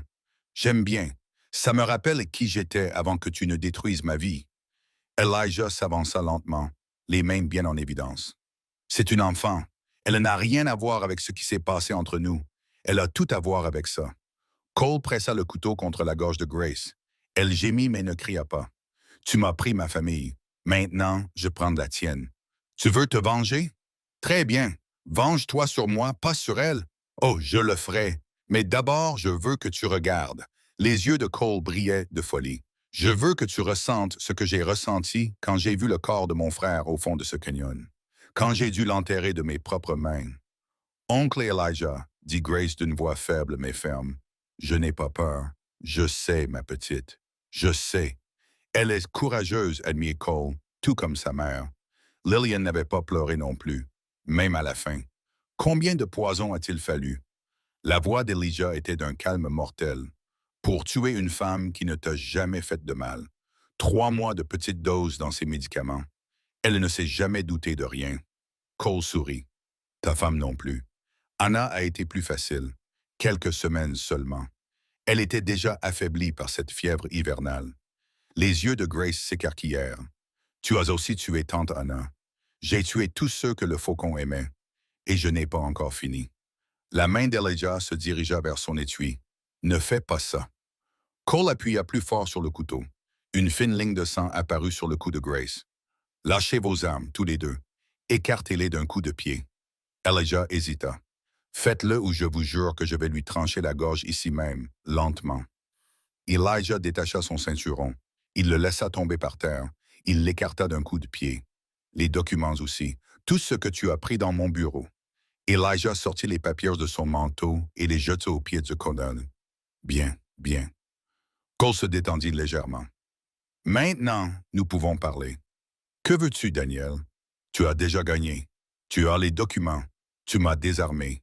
Que veux-tu de plus? Je veux que tu l'admettes. La voix de Cole se brisa sous le coup de l'émotion.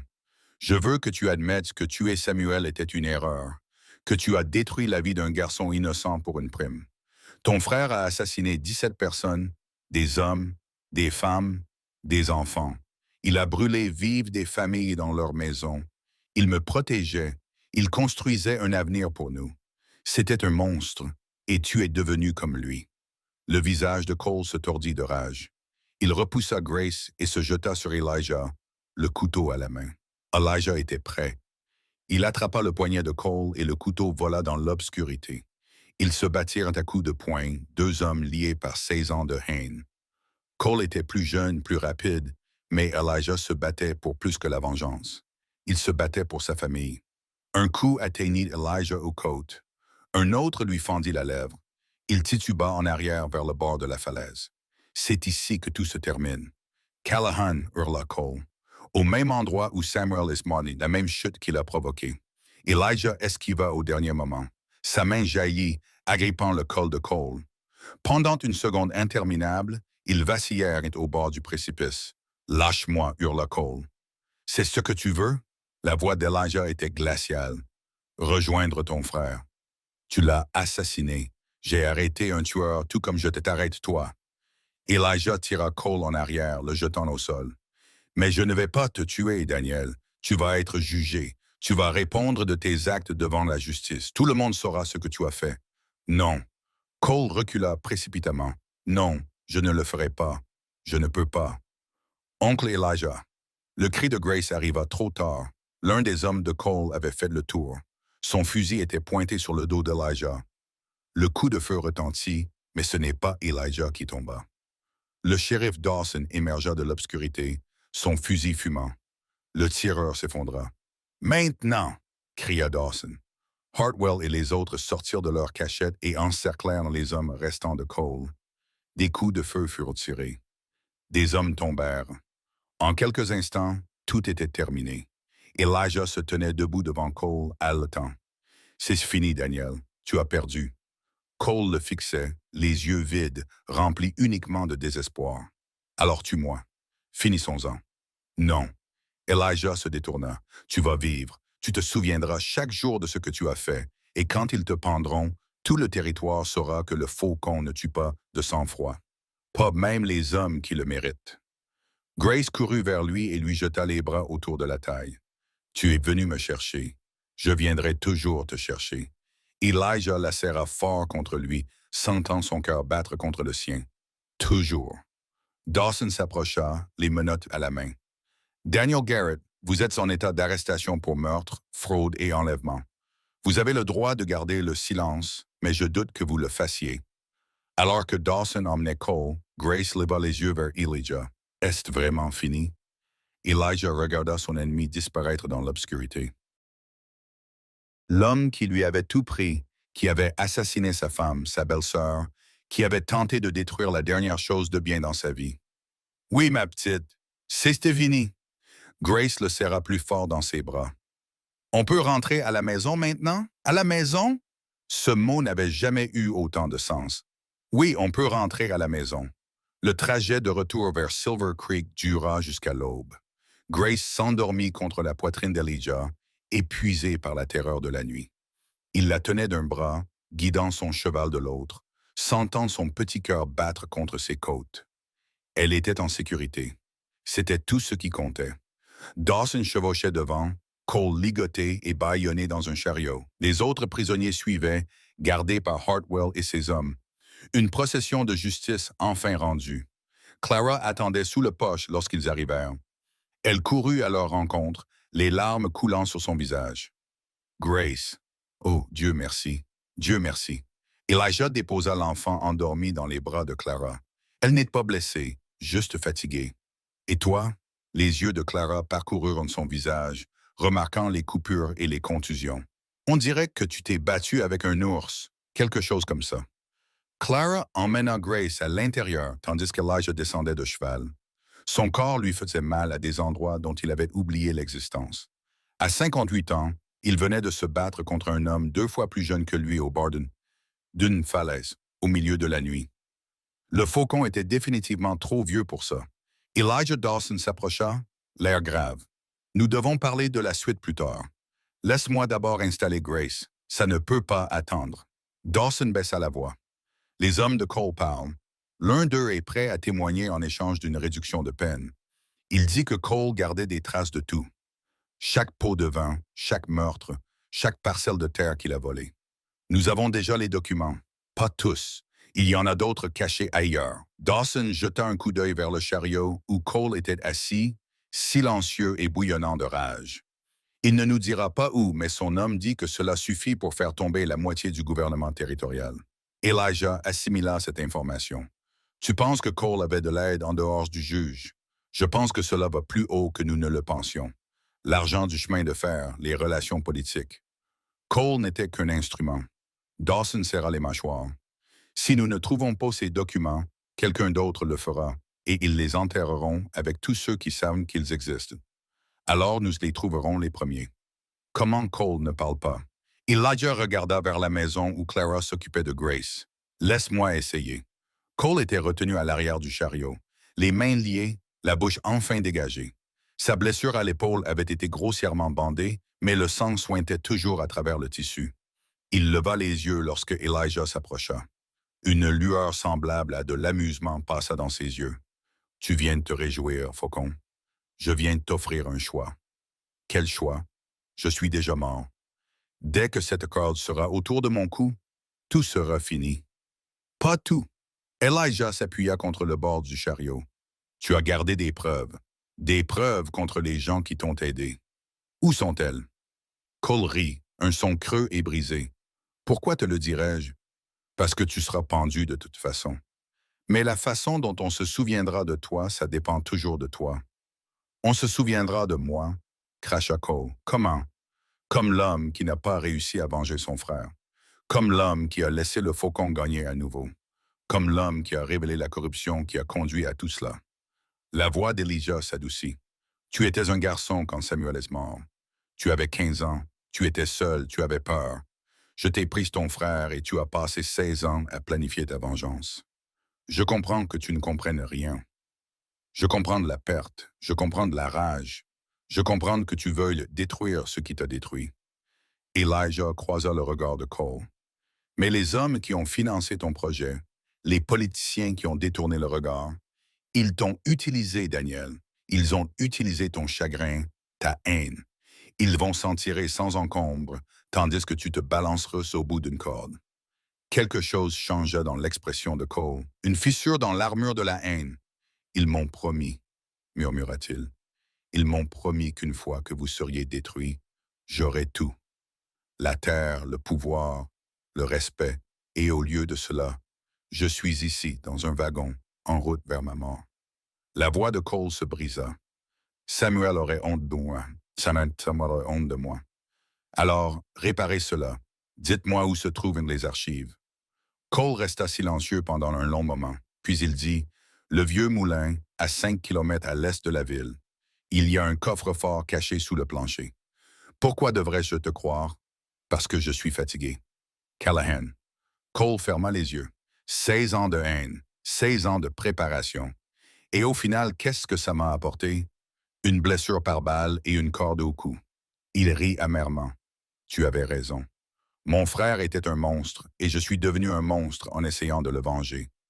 Elijah se redressa. Si tu mens, moi non. Le coffre-fort est là. Tout ce dont tu as besoin pour les faire tomber tous. Cole ouvrit les yeux. Promets-moi juste une chose. Quoi? Dis à Grace que je suis désolé pour ce que j'ai fait à sa mère, pour ce que j'ai essayé de lui faire. Sa voix se brisa. Elle ressemble à Lillian, tu sais, les mêmes yeux, le même menton obstiné. Quand j'ai posé ce couteau sur sa gorge, tout ce que je voyais, c'était le visage de sa mère. Elijah ne dit rien. Je ne voulais pas devenir comme ça. Cole continua. Quand Samuel est mort, je voulais juste que justice soit faite. Mais à un moment donné, la justice s'est transformée en quelque chose d'autre, quelque chose d'horrible. Il regarda Elijah. Ne la laisse pas devenir comme moi. Ne laisse pas la haine la consumer comme elle m'a consumé. Elle ne le fera pas. Comment peux-tu en être sûr? Parce qu'elle a quelque chose que tu n'as jamais eu. Elijah détourna le regard. Elle a une famille. Le vieux moulin se trouvait exactement là où Cole l'avait dit. Elijah partit avec Dawson et 2 adjoints, laissant Hartwell garder les prisonniers. Le bâtiment était abandonné, pourri, à moitié effondrée après des années de négligence. La cave était cachée sous une trappe dans un coin. Elijah descendit le premier, une lanterne à la main. L'espace était petit, humide et sentait la moisissure et la pourriture. Mais dans le coin le plus éloigné, exactement comme Cole l'avait décrit, une planche mal fixée dissimulait un coffre-fort en métal. À l'intérieur se trouvaient des dizaines de documents, lettres, registres, contrats, noms qui firent siffler Dawson, bon Dieu, le gouverneur du territoire, 3 sénateurs d'État, le commissaire des chemins de fer. Dawson feuilleta les pages. Cole ne travaillait pas seulement pour les chemins de fer. Il travaillait pour la moitié du gouvernement territorial. On peut s'en servir, on peut les détruire avec ça. Les yeux de Dawson brillaient. Toutes les saisies de terre, tous les postes de vin, toutes les transactions secrètes, tout est là. Les dates, les montants, les signatures. Alors assurons-nous que les bonnes personnes les voient. Ils retournèrent en ville et trouvèrent une foule rassemblée sur la place. La nouvelle de l'arrestation de Cole, des documents, de la corruption qui gangrenait le cœur de leur communauté depuis des années s'était répandue.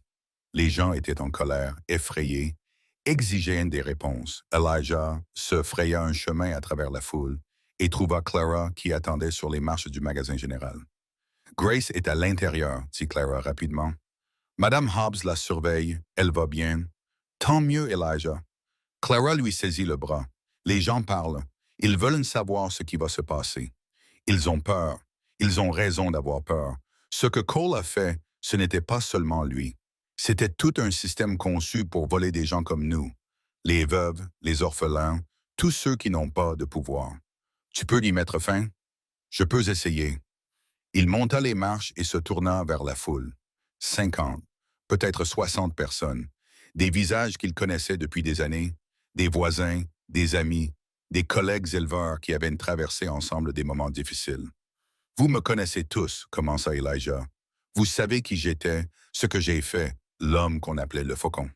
Des murmures parcoururent la foule. Je pensais que cet homme était mort, enterré avec le passé.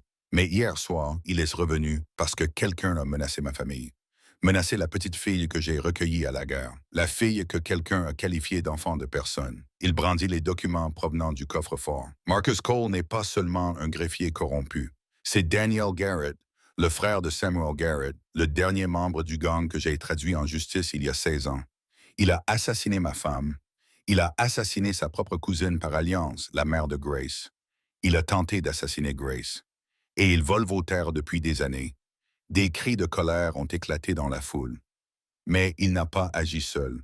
La voix d'Elijah a coupé le bruit. Il a eu de l'aide, une aide puissante. Des hommes à Cheyenne, des hommes à Helena, des hommes qui ne voyaient en nous que des obstacles à leur profit ferroviaire. Il laissa cette information faire son chemin. J'ai des preuves, des noms, des dates, des preuves de tous les crimes qu'ils ont commis, et je vais m'assurer qu'un vrai juge les voit. Un juge qui ne peut être acheté. Qui? Demanda quelqu'un. Le juge Harrison était à la solde de Cole. Alors nous passerons par-dessus sa tête et irons devant la Cour suprême territoriale à Washington s'il le faut. Les yeux d'Elijah balayèrent la foule. Il ne s'agit pas seulement de ma terre. Il s'agit de nous tous, de toutes les familles que Cole a prises pour cible, de toutes les propriétés qu'il a volées, de toutes les vies qu'il a détruites. Thomas Hartwell s'avança. Je témoignerai. Mon voisin a tout perdu à cause du charbon. Je l'ai vu de mes propres yeux. Moi aussi. Martha Jennings émergea de la foule, vieille et frêle, mais sans se laisser intimider. Il a brûlé ma maison, pris mes terres, m'a laissé sans rien. Les uns après les autres, d'autres se joignirent à eux. 5, 10, 20 voix s'élevèrent, des noms furent cités, des histoires racontées. Dawson s'approcha d'Elijah. Je vais télégraphier au Marshal territorial aujourd'hui. Demandez une enquête d'urgence. Avec ces preuves et ces témoins, nous pouvons faire tomber tous ceux qui sont impliqués. Clara serra la main d'Elijah. Tu as réussi. Pas encore, mais nous avons commencé. Les semaines suivantes furent mouvementées. Les marshals territoriaux arrivèrent d'Helena. Ils placèrent Cole et ses hommes en détention, examinèrent les preuves, interrogèrent les témoins. Les documents contenus dans le coffre-fort prouvaient tout. Elijah avait obtenu gain de cause, et même plus. Le juge Harrison fut arrêté chez lui encore en pyjama. 3 sénateurs territoriaux démissionnèrent dans le déshonneur. Le commissaire des chemins de fer s'enfuit au Canada, mais fut capturé à la frontière. Et pendant tout ce temps, Elijah se concentra sur ce qui importait le plus, Grace. Au début, elle faisait des cauchemars toutes les nuits, se réveillant en hurlant, appelant sa mère, revivant la terreur du couteau de Cole sur sa gorge. Elijah restait assis à côté d'elle jusqu'à ce qu'elle se rendorme, lui chantant la berceuse d'Anna, celle que Grace avait fredonnée la première nuit. Le méchant homme reviendra-t-il? Demanda-t-elle un soir, serrant son oreiller. Non, il est enfermé. Il ne peut plus te faire de mal, mais il y aura peut-être d'autres méchants hommes un jour. C'est possible. Elijah resserra sa couette. Mais je serai là. Je te protégerai toujours. Promis. Promis. Peu à peu, les cauchemars s'estompèrent. Grace recommença à sourire, à rire, à poser des questions sans fin sur les chevaux, l'élevage et les étoiles. Elle guérissait. Ils guérissaient tous les deux. Le procès eut lieu début mars. La Cour suprême territoriale envoya un juge spécial, un homme nommé William Crawford, dont la réputation de honnêteté frisait la légende. Il arriva à Silver Creek accompagné de 2 marshals fédéraux et chargé de faire le ménage. Elijah témoigna pendant 3 heures. Il raconta tout à la cour. Son histoire en tant que faucon, sa poursuite de Samuel Garrett, les 16 années de paix qui suivirent, la mort d'Anna, la mort de Lillian, l'arrivée de Grace. Lorsqu'il eut terminé, le juge Crawford l'étudia d'un regard perçant. Monsieur Callahan, vous avez admis avoir tué des hommes, avoir pris la loi entre vos mains. J'ai tué des hors-la-loi qui avaient assassiné des innocents, des hommes dont la tête était mise à prix par les tribunaux. Et Daniel Garrett, vous l'aviez à votre merci à Devil's Ridge. Pourquoi ne l'avez-vous pas tué? Elijah jeta un coup d'œil à Grace, assise au premier rang entre Clara et Hartwell. Parce que le tuer aurait fait de moi ce qu'il disait que j'étais, un meurtrier. Un homme qui ne valait pas mieux que son frère. Il regarda à nouveau le juge. Je ne voulais pas que ma fille voie ça. Je ne voulais pas qu'elle grandisse en sachant que son père avait choisi la vengeance plutôt que la justice. Votre fille? Crawford se pencha en avant. La fille que vous avez trouvée à la gare, celle qui était étiquetée enfant de personne. Elle s'appelle Grace. Grace Callahan. Si la loi le reconnaît, nous y viendrons. D'abord, parlez-moi des aveux de Cole. Elijah a rapporté les paroles de Cole à Devil's Ridge, ses aveux concernant l'empoisonnement d'Anna et de Lillian, les 16 années de préparation, le réseau de corruption qui avait rendu tout cela possible. Lorsqu'il eut terminé, la salle d'audience était silencieuse. Le juge Crawford se tourna vers Cole, qui était assis menotté sur le siège de l'accusé. Daniel Garrett, vous avez entendu le témoignage à votre rencontre. Souhaitez-vous répondre? Cole leva la tête. Son visage était pâle, creusé par des semaines de détention, mais ses yeux brûlaient toujours. Je suis coupable, dit-il doucement. De tout, des meurtres, de la fraude, des saisies de terre, de tout. Des murmures parcoururent la salle d'audience. J'ai passé 16 ans à planifier ma vengeance contre l'homme qui a tué mon frère. Je pensais que si je le détruisais, si je lui prenais tout ce qu'il aimait, cela comblerait le vide que la mort de Samuel avait laissé en moi. La voix de Cole se brisa. Cela n'a pas été le cas. Cela n'a fait que creuser davantage le vide. Il regarda Elijah. Votre femme, Anna, elle a été gentille avec moi quand je suis arrivé dans le Montana, avant que je sache qui vous étiez. Elle m'a donné à manger quand j'avais faim. Elle m'a souri alors que tout le monde me regardait comme si je n'existais pas. Des larmes coulaient sur son visage. Et je l'ai tuée pour ça, parce qu'elle vous aimait, parce que la détruire vous ferait du mal. Grace poussa un petit cri. Clara passa un bras autour d'elle. Je ne demande pas votre pitié, continua Cole. Je ne la mérite pas, mais je vous demande de vous souvenir que la haine est un poison. Elle a tué mon frère. Elle m'a tué. Ne la laissez pas tuer quelqu'un d'autre.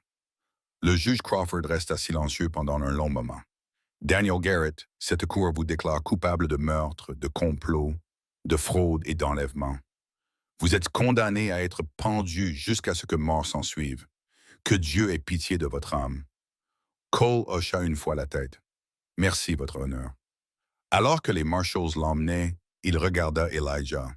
Prenez soin d'elle, la fille. Elle mérite mieux que ce que la vie lui a donné jusqu'à présent. Elijah ne dit rien, mais il acquiesça. Ce fut la dernière fois qu'ils se parlèrent. Après le prononcé de la sentence, le juge Crawford appela Elijah et Grace.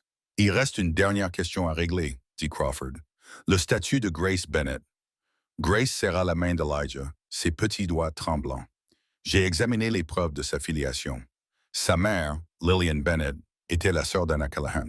Cela fait de Grace la nièce légale de M. Callahan par alliance. Oui, monsieur. Cependant, la loi territoriale exige plus qu'un lien de sang pour une reconnaissance familiale complète. Elle exige une continuité démontrée. Papchap, c'est ce chez serait. Une participation aux activités familiales. Crawford les examina tous les deux.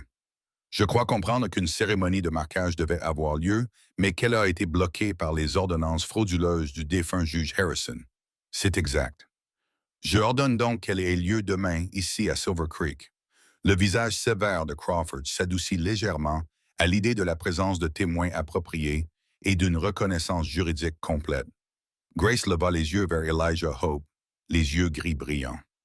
Nous allons vraiment le faire, vraiment. La cérémonie de marquage eut lieu à midi le lendemain. La moitié de la ville était présente. Des éleveurs, des commerçants, des familles qui avaient été volées par les manœuvres de Cole. Ils se rassemblèrent autour du corral d'Elijah pour regarder Grace se préparer à apposer sa marque. Le fer à marquer était chaud, rougeoyant dans la forge. Le motif en étoile EUC ressortait clairement. La marque familiale d'Elijah Callahan. Grace enfila ses gants en cuir. Son visage était déterminé. « Souviens-toi de ce que je t'ai appris, » dit Elijah doucement. « Garde les mains fermes. Compte jusqu'à 3. Soulève d'un seul coup. Je m'en souviens. » Le jeune poulain était attaché au poteau de marquage. Il bougeait nerveusement, sentant qu'un événement important allait se produire. Grace s'approcha, le fer à la main. Le poids était difficile à supporter, mais elle ne vacilla pas. Elle appuya le fer sur le flanc du poulain. « Ici Star, dit-elle d'une voix claire et forte. C'est la marque de ma famille. « 1, dit-elle en soulevant le fer. La marque était parfaite. Des lignes nettes, un dessin clair, indubitablement la marque Callahan. La foule éclata en acclamation. Le juge Crawford s'avança, un document à la main. Que le procès-verbal indique que Grace Bennett a participé au métier de sa famille devant témoins avec compétence et détermination. Il signa le document d'un geste théâtral. En vertu des pouvoirs qui me sont conférés par le territoire du Montana, je reconnais par la présente Grace Bennett comme la fille légitime de Grace Callahan et l'héritière d'Elijah Callahan. Clara pleurait. Hartwell rayonnait. Même Dawson semblait avoir les yeux embués. Grace jeta ses bras autour de la taille d'Elijah. « Je suis vraiment à toi maintenant. Pour toujours.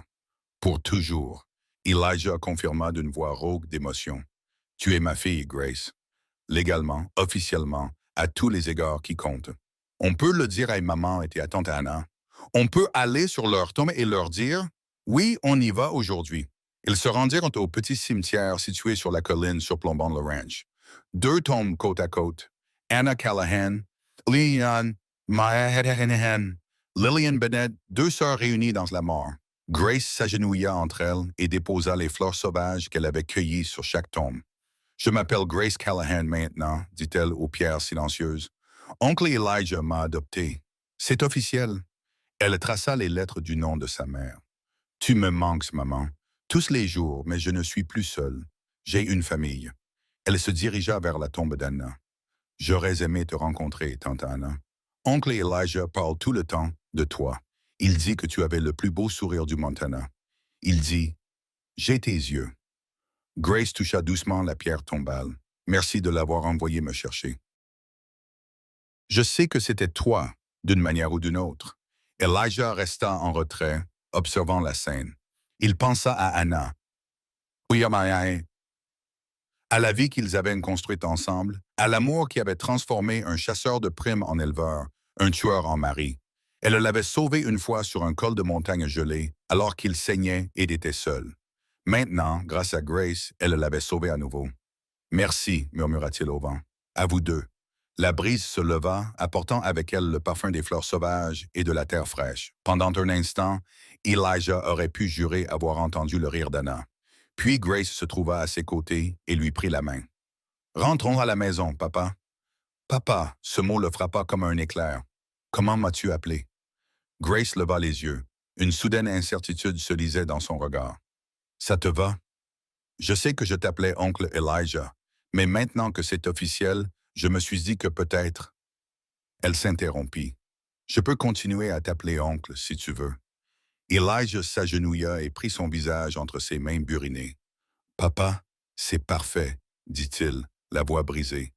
Papa, c'est exactement ce qu'il faut.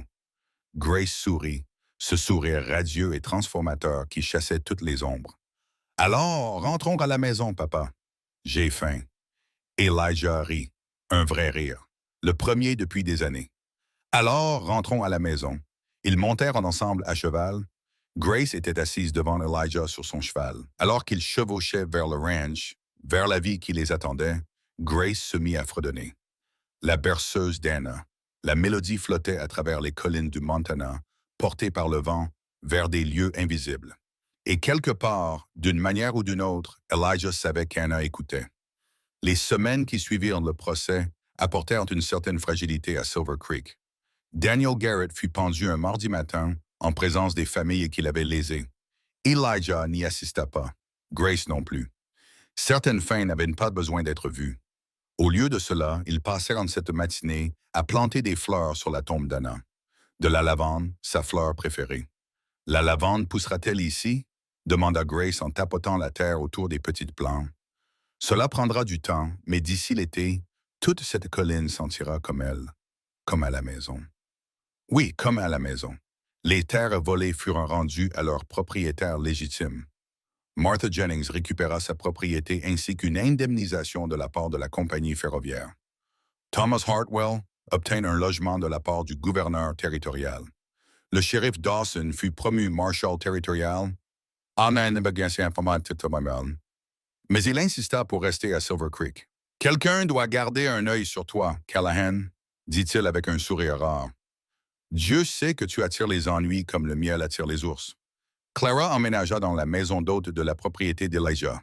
Elle prétendait que c'était pour aider Grace dans ses études, mais Elijah soupçonnait qu'elle ne voulait tout simplement plus être seule. Aucun d'entre eux ne le voulait.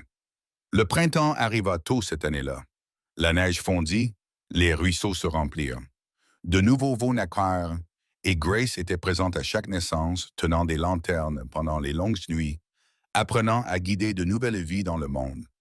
Celui-ci resta coincé. Elle l'appela un soir à minuit, ses petites mains fermes malgré l'urgence. « Papa, ça ne sort pas comme il faut. » Elijah se dépêcha d'ajuster la position du veau. Ensemble, ils tirèrent. Le veau glissa, mouillé et haletant. « Est-ce qu'il est vivant? » murmura Grace. Le veau frissonna, prit sa première bouffée d'air et poussa un faible cri. « Elle est vivante, grâce à toi, » dit Grace, rayonnante. La fatigue était oubliée. « Je peux lui donner un nom. Comment veux-tu l'appeler? »« Oena, comme tante Anna. » Elijah eut de la gorge serrée. « Mna. »« Oh, mais son nom... » L'été apporta des changements auxquels aucun d'eux ne s'attendait. Clara annonça qu'elle vendait la pension de famille en ville. Trop de souvenirs. Elle disait trop de fantômes. « Je préfère rester ici pour vous aider, vous deux, les fauteurs de troubles. »« Tu es sûr de toi? » demanda Elijah. « La vie au ranch n'est pas facile, tout comme diriger seul une pension pendant 15 ans. » Les yeux de Clara brillèrent. « Au moins, ici, j'ai de la compagnie. » Grace était ravie. Elle avait appris à aimer Clara comme une deuxième mère, la recherchant pour discuter de choses qu'elle était trop gênée de demander à Elijah. « Papa ne comprend pas les choses de fille, » confia Grace un soir. Il essaie, mais il rougit et change de sujet. Clara rit. Les hommes sont comme ça, même les plus courageux. Oncle, je veux dire, papa a-t-il toujours été courageux? Toujours, même quand il avait peur. Clara glissa une mèche de cheveux derrière l'oreille de Grace. Les personnes les plus courageuses ne sont pas celles qui n'ont pas peur. Ce sont celles qui ont peur, mais qui font quand même ce qu'il faut. C'est ce que maman disait. Ta maman était une femme sage. L'anniversaire de la mort d'Anna tombait en août. Elijah se réveilla avant l'aube, agité par ses souvenirs. Il trouva Grace déjà assise à la table de la cuisine, le livre de berceuse d'Anna ouvert devant elle. « Je n'arrivais pas à dormir non plus, » dit-elle doucement. « Je n'arrête pas de penser à elle, à eux tous, à tous. Tante Anna, maman, même le frère du méchant. Grace leva les yeux, le regard troublé. Est-ce mal d'être triste pour lui, Samuel Garrett? Il était horrible, mais il faisait quand même partie de la famille de quelqu'un. Elijah s'assit en face d'elle. Ce n'est pas mal, c'est humain. Le méchant homme aimait son frère. C'est pour ça qu'il a fait toutes ces choses horribles, parce qu'il aimait quelqu'un et qu'il l'avait perdu. Grace suivit les mots sur la page du doigt. L'amour ne devrait pas pousser les gens à faire des choses horribles. Il ne devrait pas, mais parfois, le chagrin transforme l'amour en quelque chose de laid, de méconnaissable. C'est ce qui t'est arrivé quand Tante Anna est morte? La question le toucha profondément. Elijah s'était posé la même question d'innombrables fois au cours des 4 dernières années. J'étais en colère, admit-il. Tellement en colère que je pouvais à peine respirer. Je voulais faire du mal à quelqu'un, n'importe qui. Leur faire payer de me l'avoir enlevé. Mais tu ne l'as pas fait. Non, parce qu'Anna n'aurait pas voulu ça. Elle aimait l'homme que j'étais devenu après avoir cessé d'être le faucon. Elle n'aurait pas voulu que je recommence à tuer. Grace resta silencieuse pendant un moment. Puis elle dit, « Je pense que c'est pour ça qu'elle m'a envoyé vers toi. » Que veux-tu dire? Maman dit, « Tante Anna veillait sur nous. Elle voulait s'assurer que je trouve ma place dans la famille. » Grace tendit la main par-dessus la table et prit la sienne. « Je pense qu'elle savait que tu étais triste. Je pense qu'elle savait que tu avais besoin de quelqu'un à aimer à nouveau. Alors elle m'a envoyé. » Elijah ne pouvait pas parler. La vérité dans les paroles de Grace était trop bouleversante. « Je suis contente qu'elle l'ait fait, » continua Grace. « Je suis contente de t'avoir trouvé, papa. Même si cela m'a coûté un wagon gelé, une note méchante et presque la mort. Moi aussi, je suis contente, ma petite. Plus que tu ne le sauras jamais. » Ils s'assirent ensemble dans l'obscurité précédant l'aube, se tenant de la main, se souvenant des femmes qui avaient façonné leur vie. Lorsque le soleil se leva, ils se rendirent ensemble au cimetière. Clara les rejoignit, portant des fleurs fraîches. La lavande avait fleuri, comme Elijah l'avait promis. La colline était recouverte d'un tapis violet dont le parfum emplissait l'air matinal. « Elle aurait adoré ça, » dit Clara doucement, agenouillée près de la tombe d'Anna.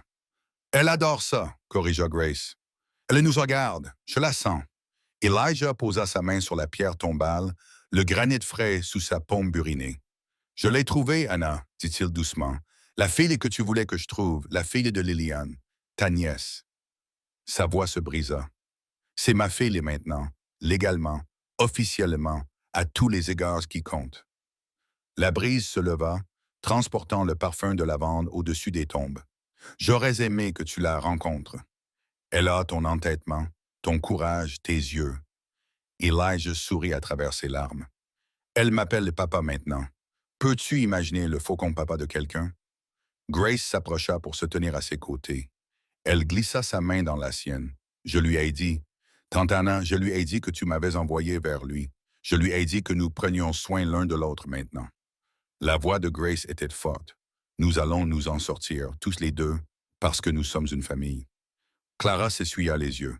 « Anna serait si fière de vous deux. » Ils restèrent jusqu'à ce que le soleil soit haut dans le ciel, partageant des histoires, partageant des larmes, partageant l'amour qui les reliait au-delà de la frontière entre la vie et la mort. L'automne apporta le 8e anniversaire de Grace. Elijah n'avait jamais organisé de fête d'anniversaire auparavant. L'idée le terrifiait plus que n'importe quel hors-la-loi. « Que veulent les enfants pour leur anniversaire? » demanda-t-il désespérément à Clara. « Un gâteau, des jeux, des amis. » Comme d'habitude, Grace n'a pas d'amis. Elle vit dans un ranch avec 2 personnes âgées depuis près d'1 an. Clara sourit. « Alors il est temps de changer cela. » Des invitations furent envoyées aux petits-enfants des Hartwell, aux neveux des Dawson, aux familles de Silver Creek qui les avaient soutenus pendant le procès. Grace fut déconcertée lorsque des chariots commencèrent à arriver le matin de son anniversaire. « Qui sont tous ces gens? Tes invités? » « Mais quoi?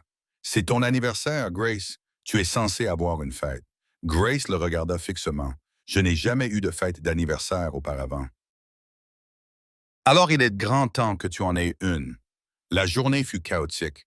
Les enfants couraient partout. Elijah ne comprenait pas les jeux. Il y avait plus de nourriture que tout le monde ne pouvait en manger, des rires et du bruit, et le beau chaos de la communauté. Grace évoluait dans tout cela avec des yeux écarquillés d'émerveillement, se faisant des amis qu'elle n'avait jamais eu l'occasion de se faire auparavant. Le soir venu, elle avait un cercle de filles de son âge qui gloussaient ensemble à propos de secrets qu'Elijah ferait mieux de ne pas connaître.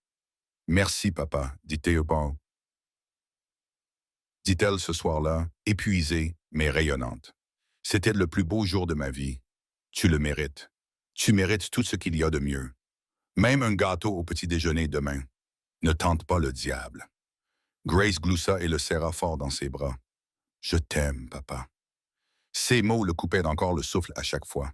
Je t'aime aussi, Grace, plus que tout au monde. L'hiver revint avec vengeance. Elijah se tenait à la fenêtre un matin de décembre, regardant la neige recouvrir le paysage du Montana. 1 an depuis qu'il avait trouvé Grace dans ce wagon de marchandises. 1 an depuis que sa vie avait changé pour toujours. « À quoi penses-tu » demanda Clara en le rejoignant avec 2 tasses de café. « Comme tout est différent. Comme j'ai changé. »« En quoi ?» ?»« Il y a 1 an, je me contentais d'exister, de faire les choses machinalement, d'attendre la mort pour pouvoir retrouver Anna. Il prit le café et se réchauffa les mains sur la tasse. Maintenant, je me réveille chaque matin avec un but, avec quelqu'un qui a besoin de moi, quelqu'un qui me donne envie d'être meilleur. Clara resta silencieuse un instant, puis elle dit, « Anna serait heureuse de te voir ainsi. »« Tu crois? Je le sais. Elle s'inquiétait toujours pour toi. Même quand tu étais en bonne santé et fort, elle craignait que les ténèbres de ton passé ne te rattrapent, que tu ne te perdes à cause d'elle. J'ai failli le faire après sa mort, mais tu ne l'as pas fait. Et maintenant, tu as de la grâce. » Clara lui toucha doucement le bras. « Anna t'a fait ce cadeau, Elijah. Un dernier cadeau, la chance d'aimer à nouveau. » Grace fit irruption dans la pièce couverte de neige, le visage rougi par le froid et l'excitation. « Papa, viens vite. L'un des chevaux se comporte bizarrement. » Ils se précipitèrent vers l'écurie et trouvèrent Starlight, leur meilleur jument, en train de mettre bas. Mais quelque chose n'allait pas. La jument se débattait, en détresse, incapable de mettre bas. « Va chercher Dawson, » ordonna Elijah. « Clara, dis-lui que nous avons besoin d'aide. »« Je vais rester, » dit Grace avec fermeté. « Je peux aider. »« Grace, j'ai aidé à mettre des veaux au monde.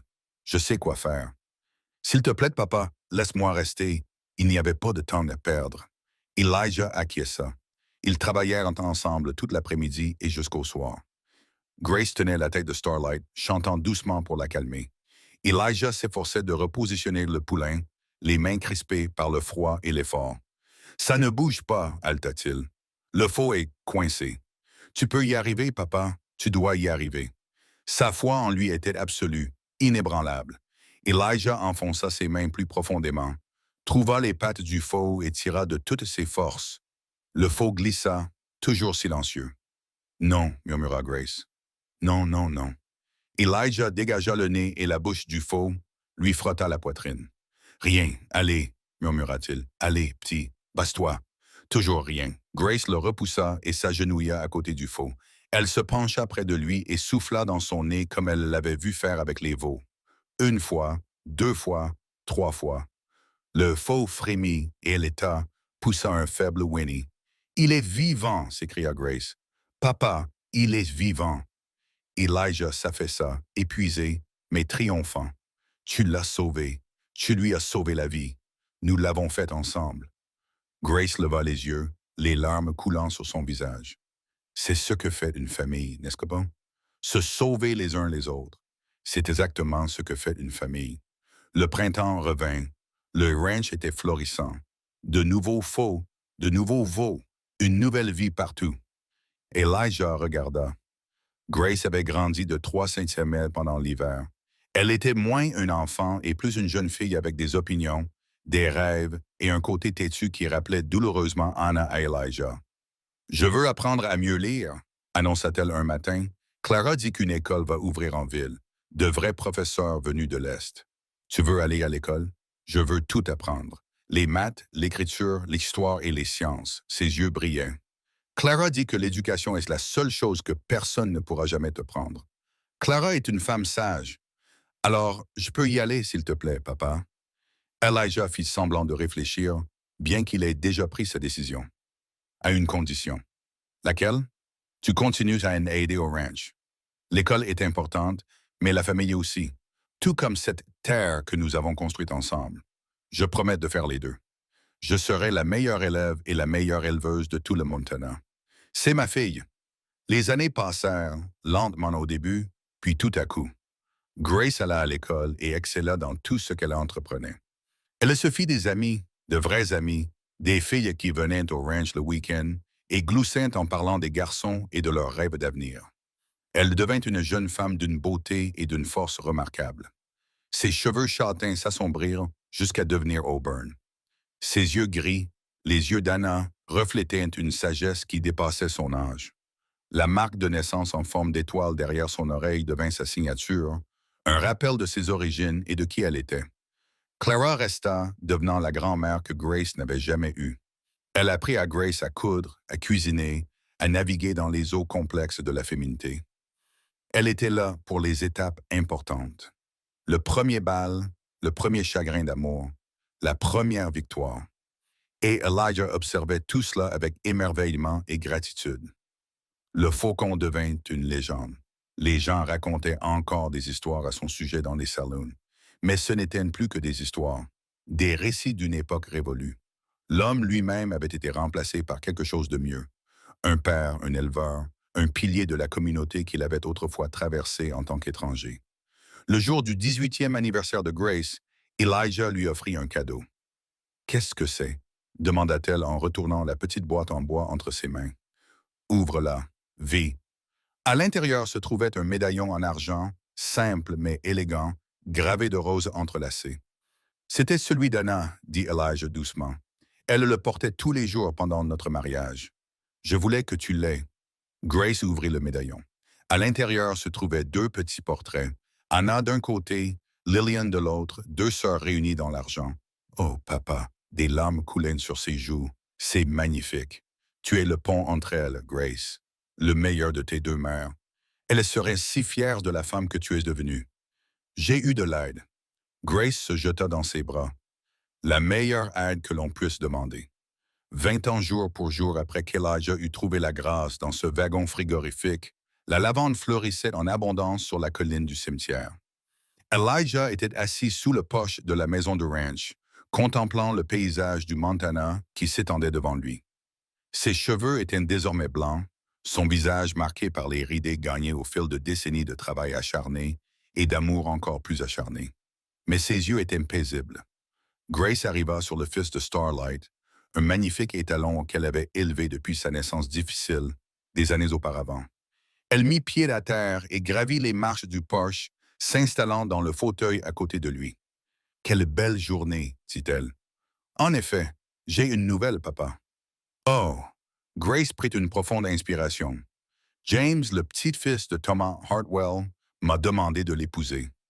Elijah sentit son cœur se serrer. La joie et la tristesse s'entremêlaient. « Qu'as-tu répondu? » J'ai dit oui. Le sourire de Grace était radieux. « Je l'aime, papa. Comme tu aimais tante Anna, comme maman m'aimait. Alors je suis heureux pour toi.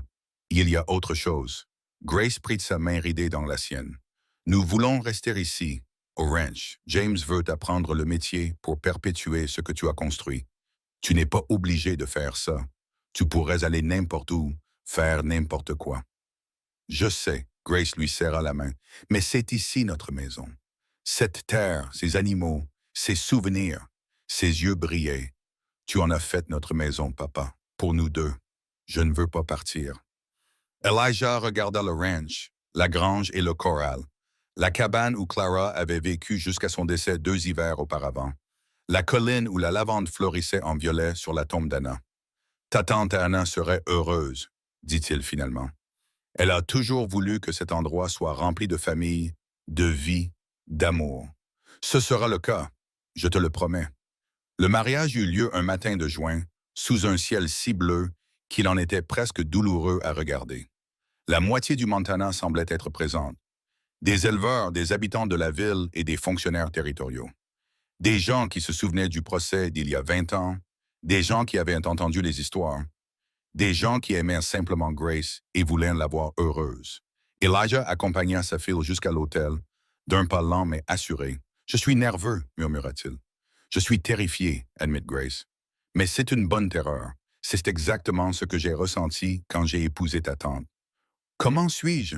Elijah s'arrêta et se tourna vers elle. Sa fille, son miracle, l'enfant figé qui était devenu le centre de son univers. Tu ressembles à une femme qui sait exactement qui elle est, dit-il. Forte, courageuse, aimée plus que tout. Les yeux de Grace se remplirent de larmes. J'ai appris des meilleurs. Il embrassa doucement son front. Tes mères te regardent. Tu sais, toutes les trois.